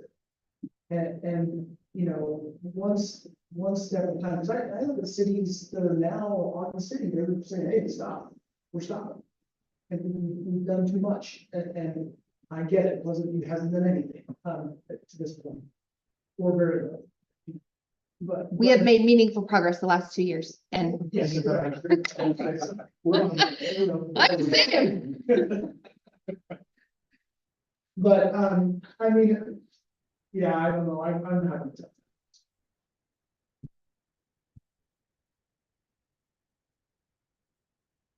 Should we read Tony Pittman's comment into the record or? Yeah, you're welcome to. It's included with our package. One of our citizens that likes to participate occasionally, planning commission office, city council, study,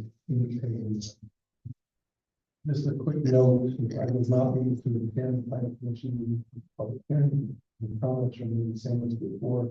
I'm recommending looking at other types of development that fit in the residential zone, changing zone, is something that could accommodate an office type space or C2 old zone type development. That's basically suggesting a reasonable area for non-residential. That wades into something on the country itself. I think you need been on the planning commission for the context of, so here, we may be on the planning commission at the time, and the city council at the time, and then the city of the school zoning.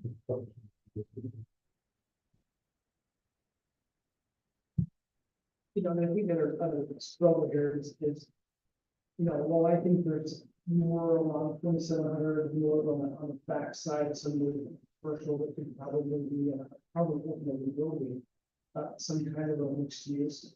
You know, and same with down 2,700, it just, I'm just, yeah,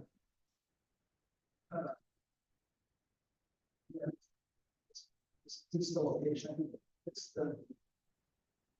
And plus, I think, you know, to their point, I think there's I still think there's a need. In fact, I know people that are actually looking for commercial properties. I get it, you have to have a willing buyer, a willing seller, willing city to do all that, and they kind of have that to a degree on that parcel. And I just think you're gonna start getting more and more people going, let's spot zone here, and then, you know, we've shied away from spot zoning, and, you know, for longer than I've been in this body, we really shy away from that. Well, the state says. That's not correct, yeah. And so, Okay, I'm open for, we can keep this discussing, but I'm open up for it. You can either, move you recommend to the city council a change in the family plan. We can recommend that I want to change at this time or table, but I've asked that we have to. Yeah, the petition and show that too, so we can do that for the, table. I would still like to see what the current project report shows and have them present the 9 acres, what's like the 9 acres, the corner of 2,789. Somewhat, I can't remember the acre, was it 14 acres, the corner parcel. I would like to see where that goes. that won't be on the report till next year. Well, but I mean, in terms of, it hasn't been to city council yet. Oh, I was curious to see how that would turn. Yeah. What does that impact here? Because if it gets approved by the city council, we don't know who's building on it, what the density will be. But it just represents This is- progress towards. We're just at the general plan level. I'm gonna remind there again. So, I mean, there's no building that can happen, and there needs to be some type of zoning. So the zoning will still retain what it is currently at the residential RE20, so. But I mean, if there's interest in the housing reports, I mean, we just submitted ours, but we have the one from last year. If planning commissioners have interest in looking at that, I'd be happy to send that to you. It's on the website. I think last year's is. But I can send you this year's too. But it may need to change. We don't know if we're compliant yet on this year's.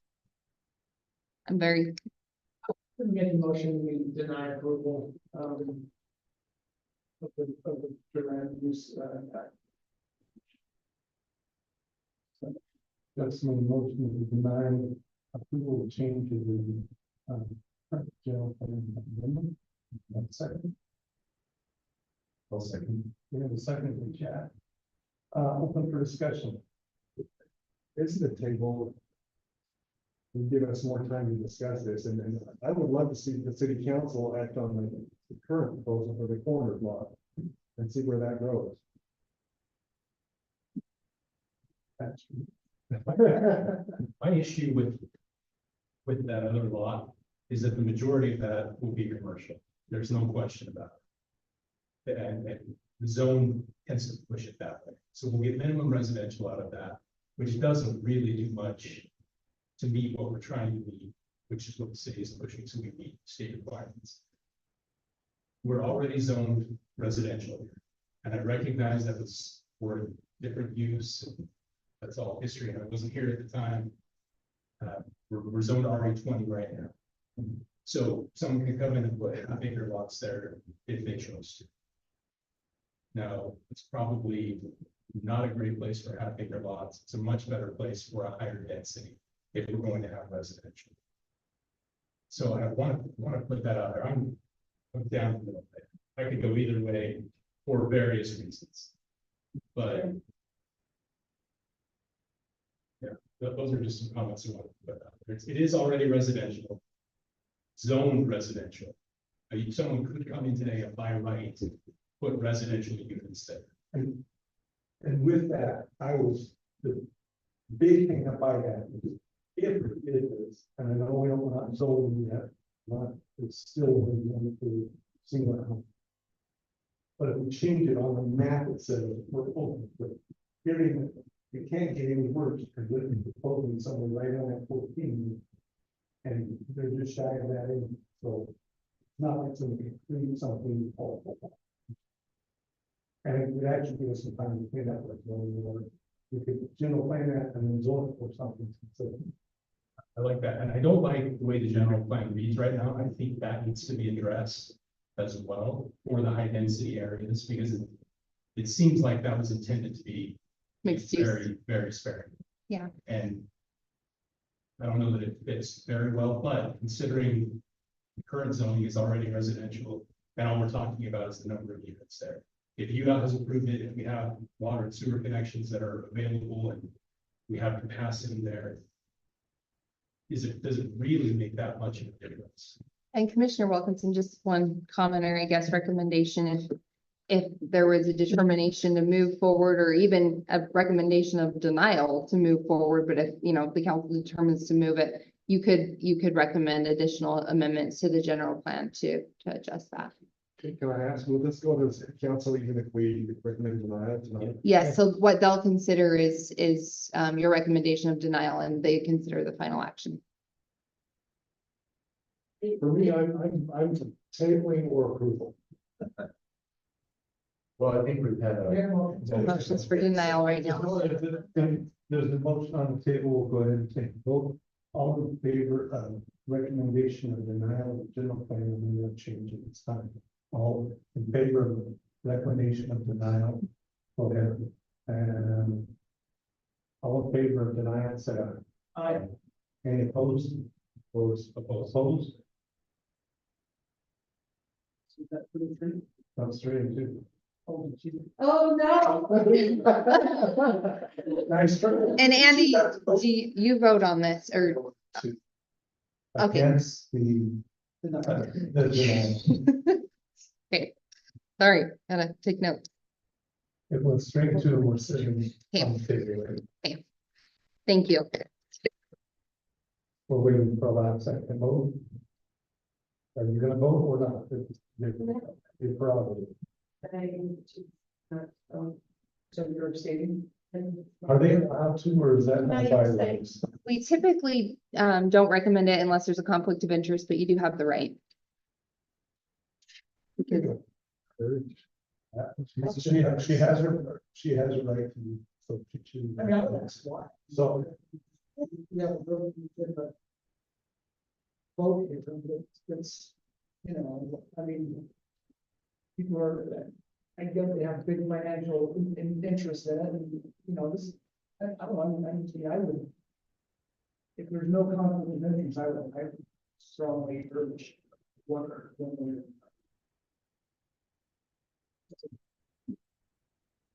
okay, without any further discussion, we have a common agreement, something like to change the vote, we do have to.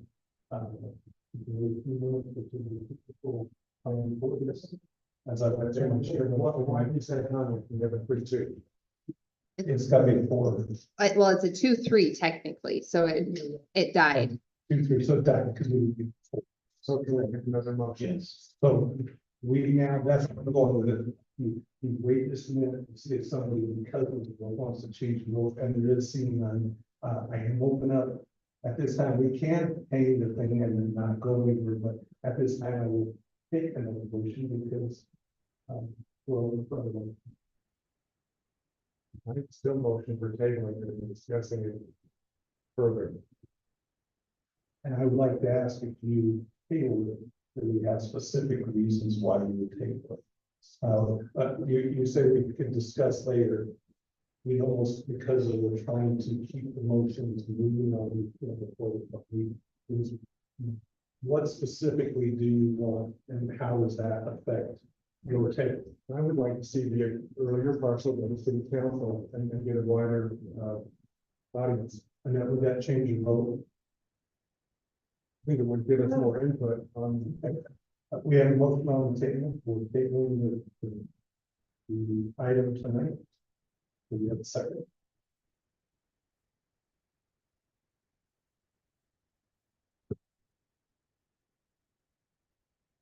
See no second, I would say that. okay, we have a second, I would like to look for it. there's a second. Open for discussion, okay? Can we ask, I'm curious as to what, so what more we looking? So I don't know what the planning commission's rules are, but if Julie's abstained, I don't know if you can jump back in. I don't know how that I works. really don't know, but I don't know. Do you know? Sure. There are some things that I would look at more in the state of Utah and plan and.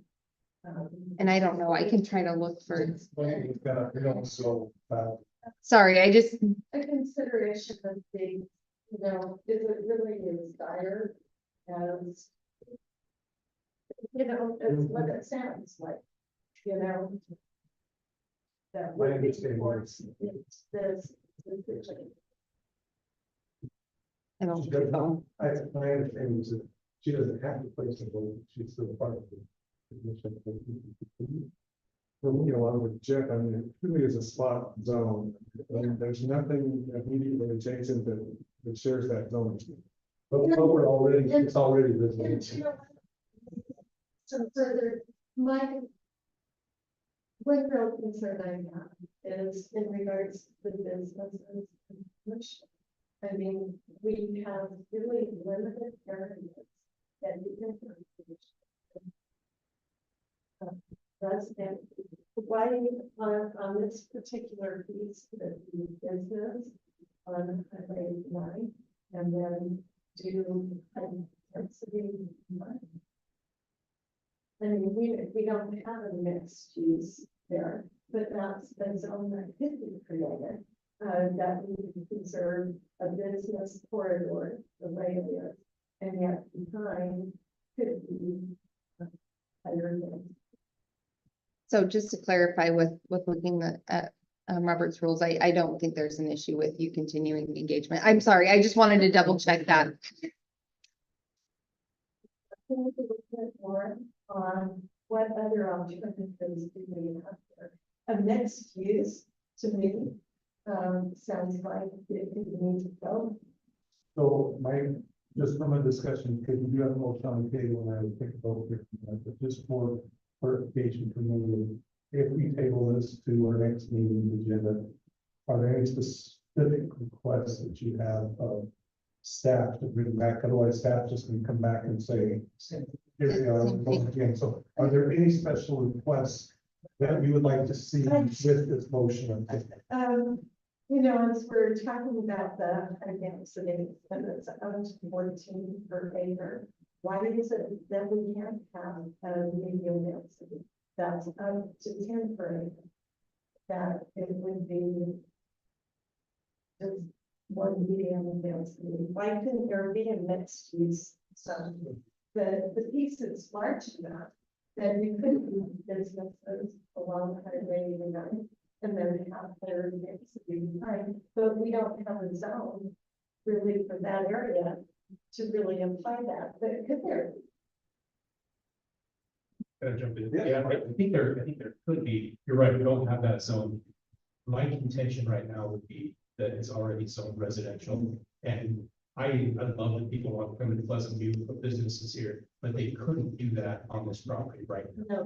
No, That's my contention with this specific property that we're talking about right now. It's zoned residential. We're just increasing it to a higher residential.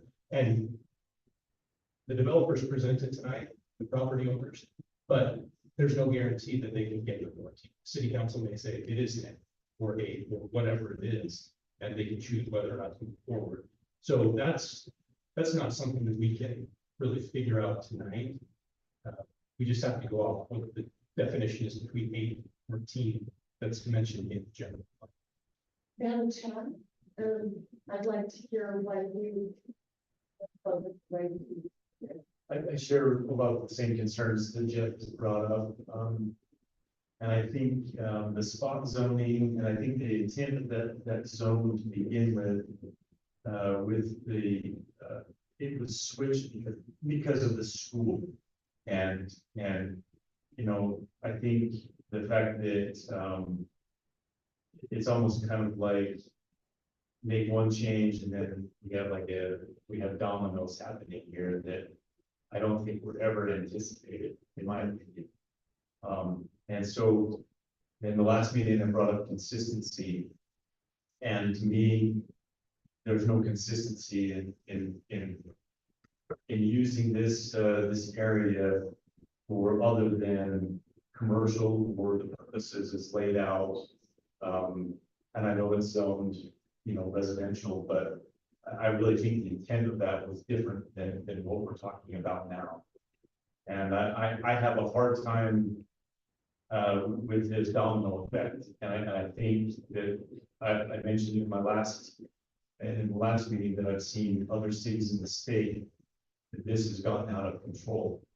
And I realize this is only one parcel of land, but I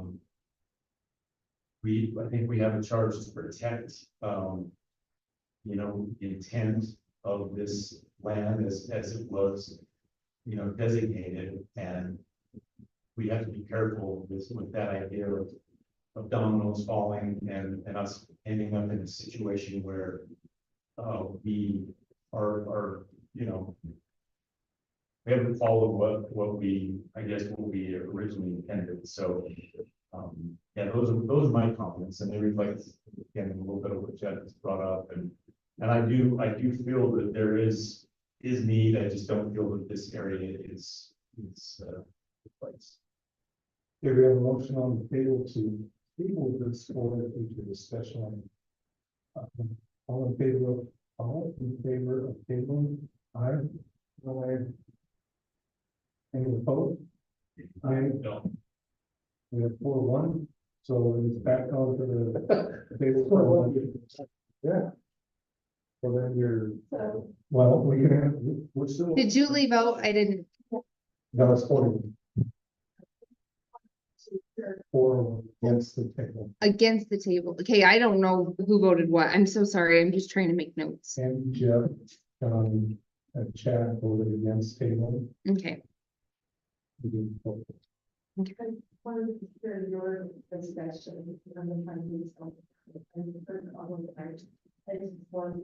David, what was your vote on the table? What was your vote on the table? Well, Okay. I talked. Okay. Sorry, they kept saying 4-1 and I'm like, it's not adding up. All been residential. And so unfortunately, I think where the damage is done. Are we still alive? We're still. Yeah. Oh, yeah. No, we're in. I We're in think meeting. unfortunately when the damage is done is when schools put in and for residential into that. So it is already currently zoned for residential. Someone could put that into. Now, the question is, I come back to, if not here, where, right? I mean, I'm one of those that actually live close by there, and so I'm one of those that, you know, like see who voices opinion tonight. This probably affects me or many neighborhoods probably more than most. But as the other explained, you know, where do we put, well, here, there's got to be somewhere with the city of Forest opinion. Do I agree with this one? No, I don't think this is the right place. Do I think it all should be commercial on that side? Yes, I agree. But we've got to start thinking somewhere. And is this a nice little niche? I'm a little bit concerned, like Chad says, that once the ball rolls, it just keeps on rolling down. But I'd like to see, this is only a map change, but can we change something in the zoning to reduce that area, then zone that, or do we make sure that it's can lock in the rest of it and make sure it stays locked in? So. I don't understand fully that question. My brain's getting tired. Oh, okay. Sorry, I'm like, It's the same. no. Okay, thank you. I'm sorry.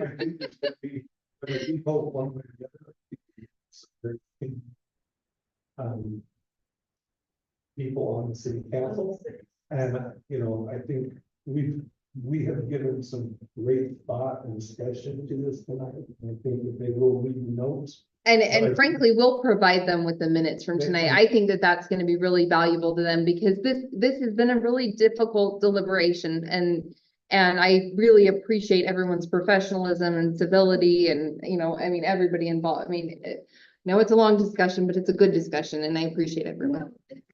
The chance comment, what is to prevent the domino effect over this commercial business area that was done on highway? So ultimately, this body and the city council are what are to prevent that and the general planning. And so, you know, we're currently, again, to Commissioner Wilkinson's point, we're looking at a residential area, changing the residential density. If there's other areas that are looking to be changed for manufacturing or, I mean, anywhere in the city, it comes through this body and the city council. So that's what's to Key for us to say, being- prevent or not, or, you know, but there is no permanent lock-in. There's no, and at the end of the day as well, and we haven't seen this, but there's always a chance that the state would take away some local zoning authority. I mean, so. That's the thing. Okay, we got another motion. Okay, so I move for approval or recommendation of approval to the city council. Just an explanation. I don't agree that this is the best location. But it is already zoned residential. And based on the discussion that I've heard, I don't see, and for the purpose of complying with the state's mandate for moderate income housing, I don't see another alternative right now. And for those reasons, I would recommend. Do you want to add your clarification you did prior, just making sure those cleanup items are included, or you don't have to? Yes, I think it would be a good idea for us to look at the general plan and the language that's associated with the high density residential Mhm. in the general plan, because it specifically refers to certain things that should be done in conjunction with a change on the. Yep, general just make sure it's, future. sorry to interrupt your I motion. appreciate you. We have a motion on the table, Michelle. We have a second.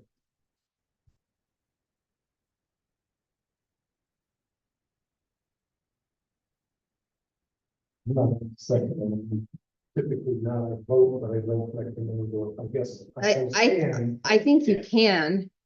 I'm gonna go ahead and wait. For the team to do this move and do a second.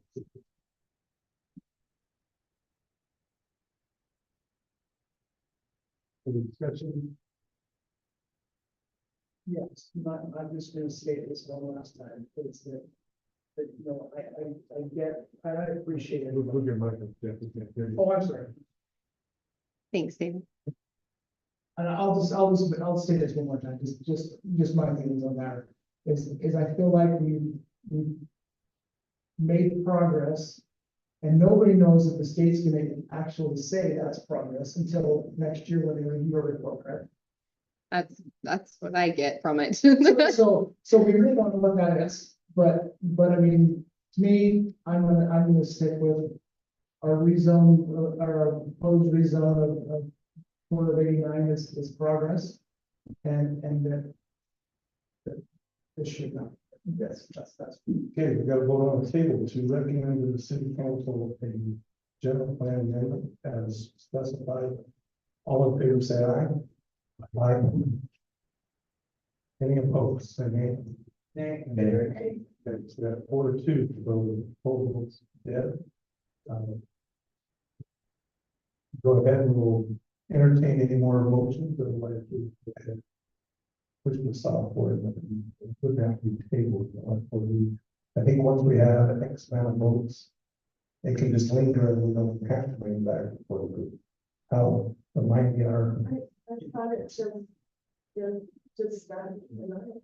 Well, what that is. Or the proof, the record. We're not recommending, we're not recommending. For the purpose of moving this to the city council, which I think is where this decision needs to be made, I think we beat this up enough tonight. I will recommend that we do not recommend approval of this general plan amendment. And that we just move this to the city council. Sean made a motion to recommend denial of the general plan amendment. Do we have a second? I'll second. Look at, Chad, second. All in favor of recommendation of denial to the city council, say aye. Aye. Any opposed? Did you vote? I did, yeah. Yeah, okay, so we're unanimous. Okay, I think very good. So it's a denial of recommendation at this time. I think, thank you for everybody and a lot of great discussion. You know, I think there's a lot of us that are wishing that we had more definitions from the state, but unfortunately we don't. And so we just don't feel comfortable at this time moving forward with this as a full body. We would like to see more information that we can work with the state. And I think some of us understand that we're going to have to deal with this. This is coming down the pipeline, so we might as a group need to get together and actually help answer that last question. So we don't put staff and city in an awkward position. Okay, we didn't change some things for the future where we want to get that. So, yeah, we've got. Most of agree with that statement, and I mean, and I can't wait to do. correct, and I mean, I think what probably needs to happen, because I've mentioned this, that is that, you know, ultimately the city's gonna, or the state's gonna start saying to all the cities. Take Stedman property is a perfect example. You know, they came in here, wanted to rezone for half acre, or basically 20,000 square feet. Half acre. And it was ultimately denied. But we were told by the ombudsman, there was a bill before the Senate that the guy wanted, that they wanted to force all cities in all zones to have 5,000 square foot lots. And if we think that that's not coming back next legislative session in some form, because it had traction, that it's going to happen. I mean, right? I mean, it's going to happen one way or another. It's going to happen. Because so, you know, I think we need to get ahead of what's coming personally. I mean, and we probably can't do this between now and the legislative session. I don't think we can, but you know, I think with those, knowing what the state is imposing on cities, we probably need to have a new future land use meeting with, you know, open house with the city, with its residents to say, hey, these are the requirements. We have to be multi, or well, high density, whatever that looks like. In order to comply, we have to have the zone where, and you know, it's because truthfully, I mean, I've got 5 kids that I think stay close by, not in my house, but close by. And you know, when I look at my own son, he's paying $1,500 a month rent for a 1,000 square foot basement, and that was more than my whole house payment ever was. And so I get it. I you know, it's tough. I do agree that their product is so needed in our city. It just. I had brought up earlier, much more comfortable, changing the general plan, future land use map, giving the input of citizens. I don't feel that this, even though it was properly done and noticed, I think there are many citizens who would have had invested interest in this that probably didn't know about it. And I realize there's citizens' responsibility to know what's going on in the city. But a change in the general plan and an update would bring all of our citizens. It was a really successful open house that the developers had like 2 weeks ago. I think, you know, it's time to do that same thing and looking at the general plan and having citizens understand this is what's coming down and this is why we're doing this, so that they are also important. Okay, You know, I think the discussion of the buyers, if we could hear from the sellers. They can attend the city council. Yeah, well, that, they can do that, at city council, but they have a choice to come.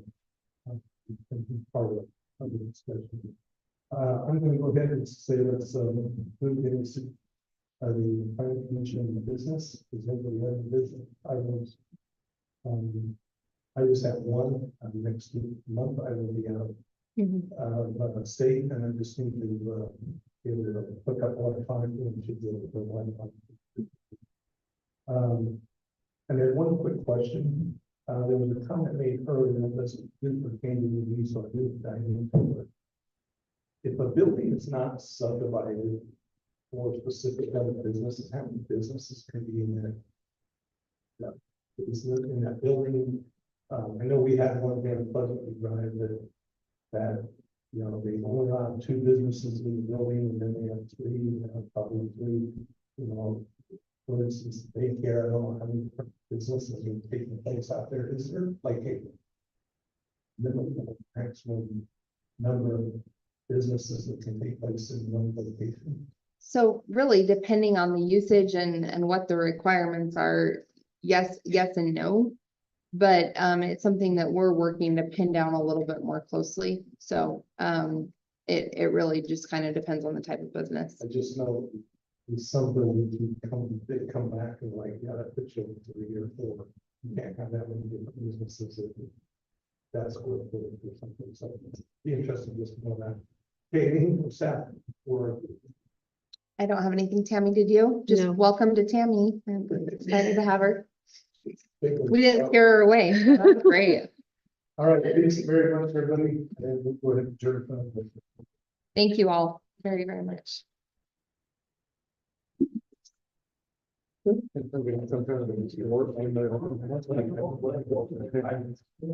took some pictures of some of the boards they had up. I can send you those, and then I'll send out the housing report from last year too. It might be. About $4,300 Mhm. previously. Right. And so now what's the difference? I apologize. No, thank you for coming, Amy. Oh, here's, sorry, 2 seconds.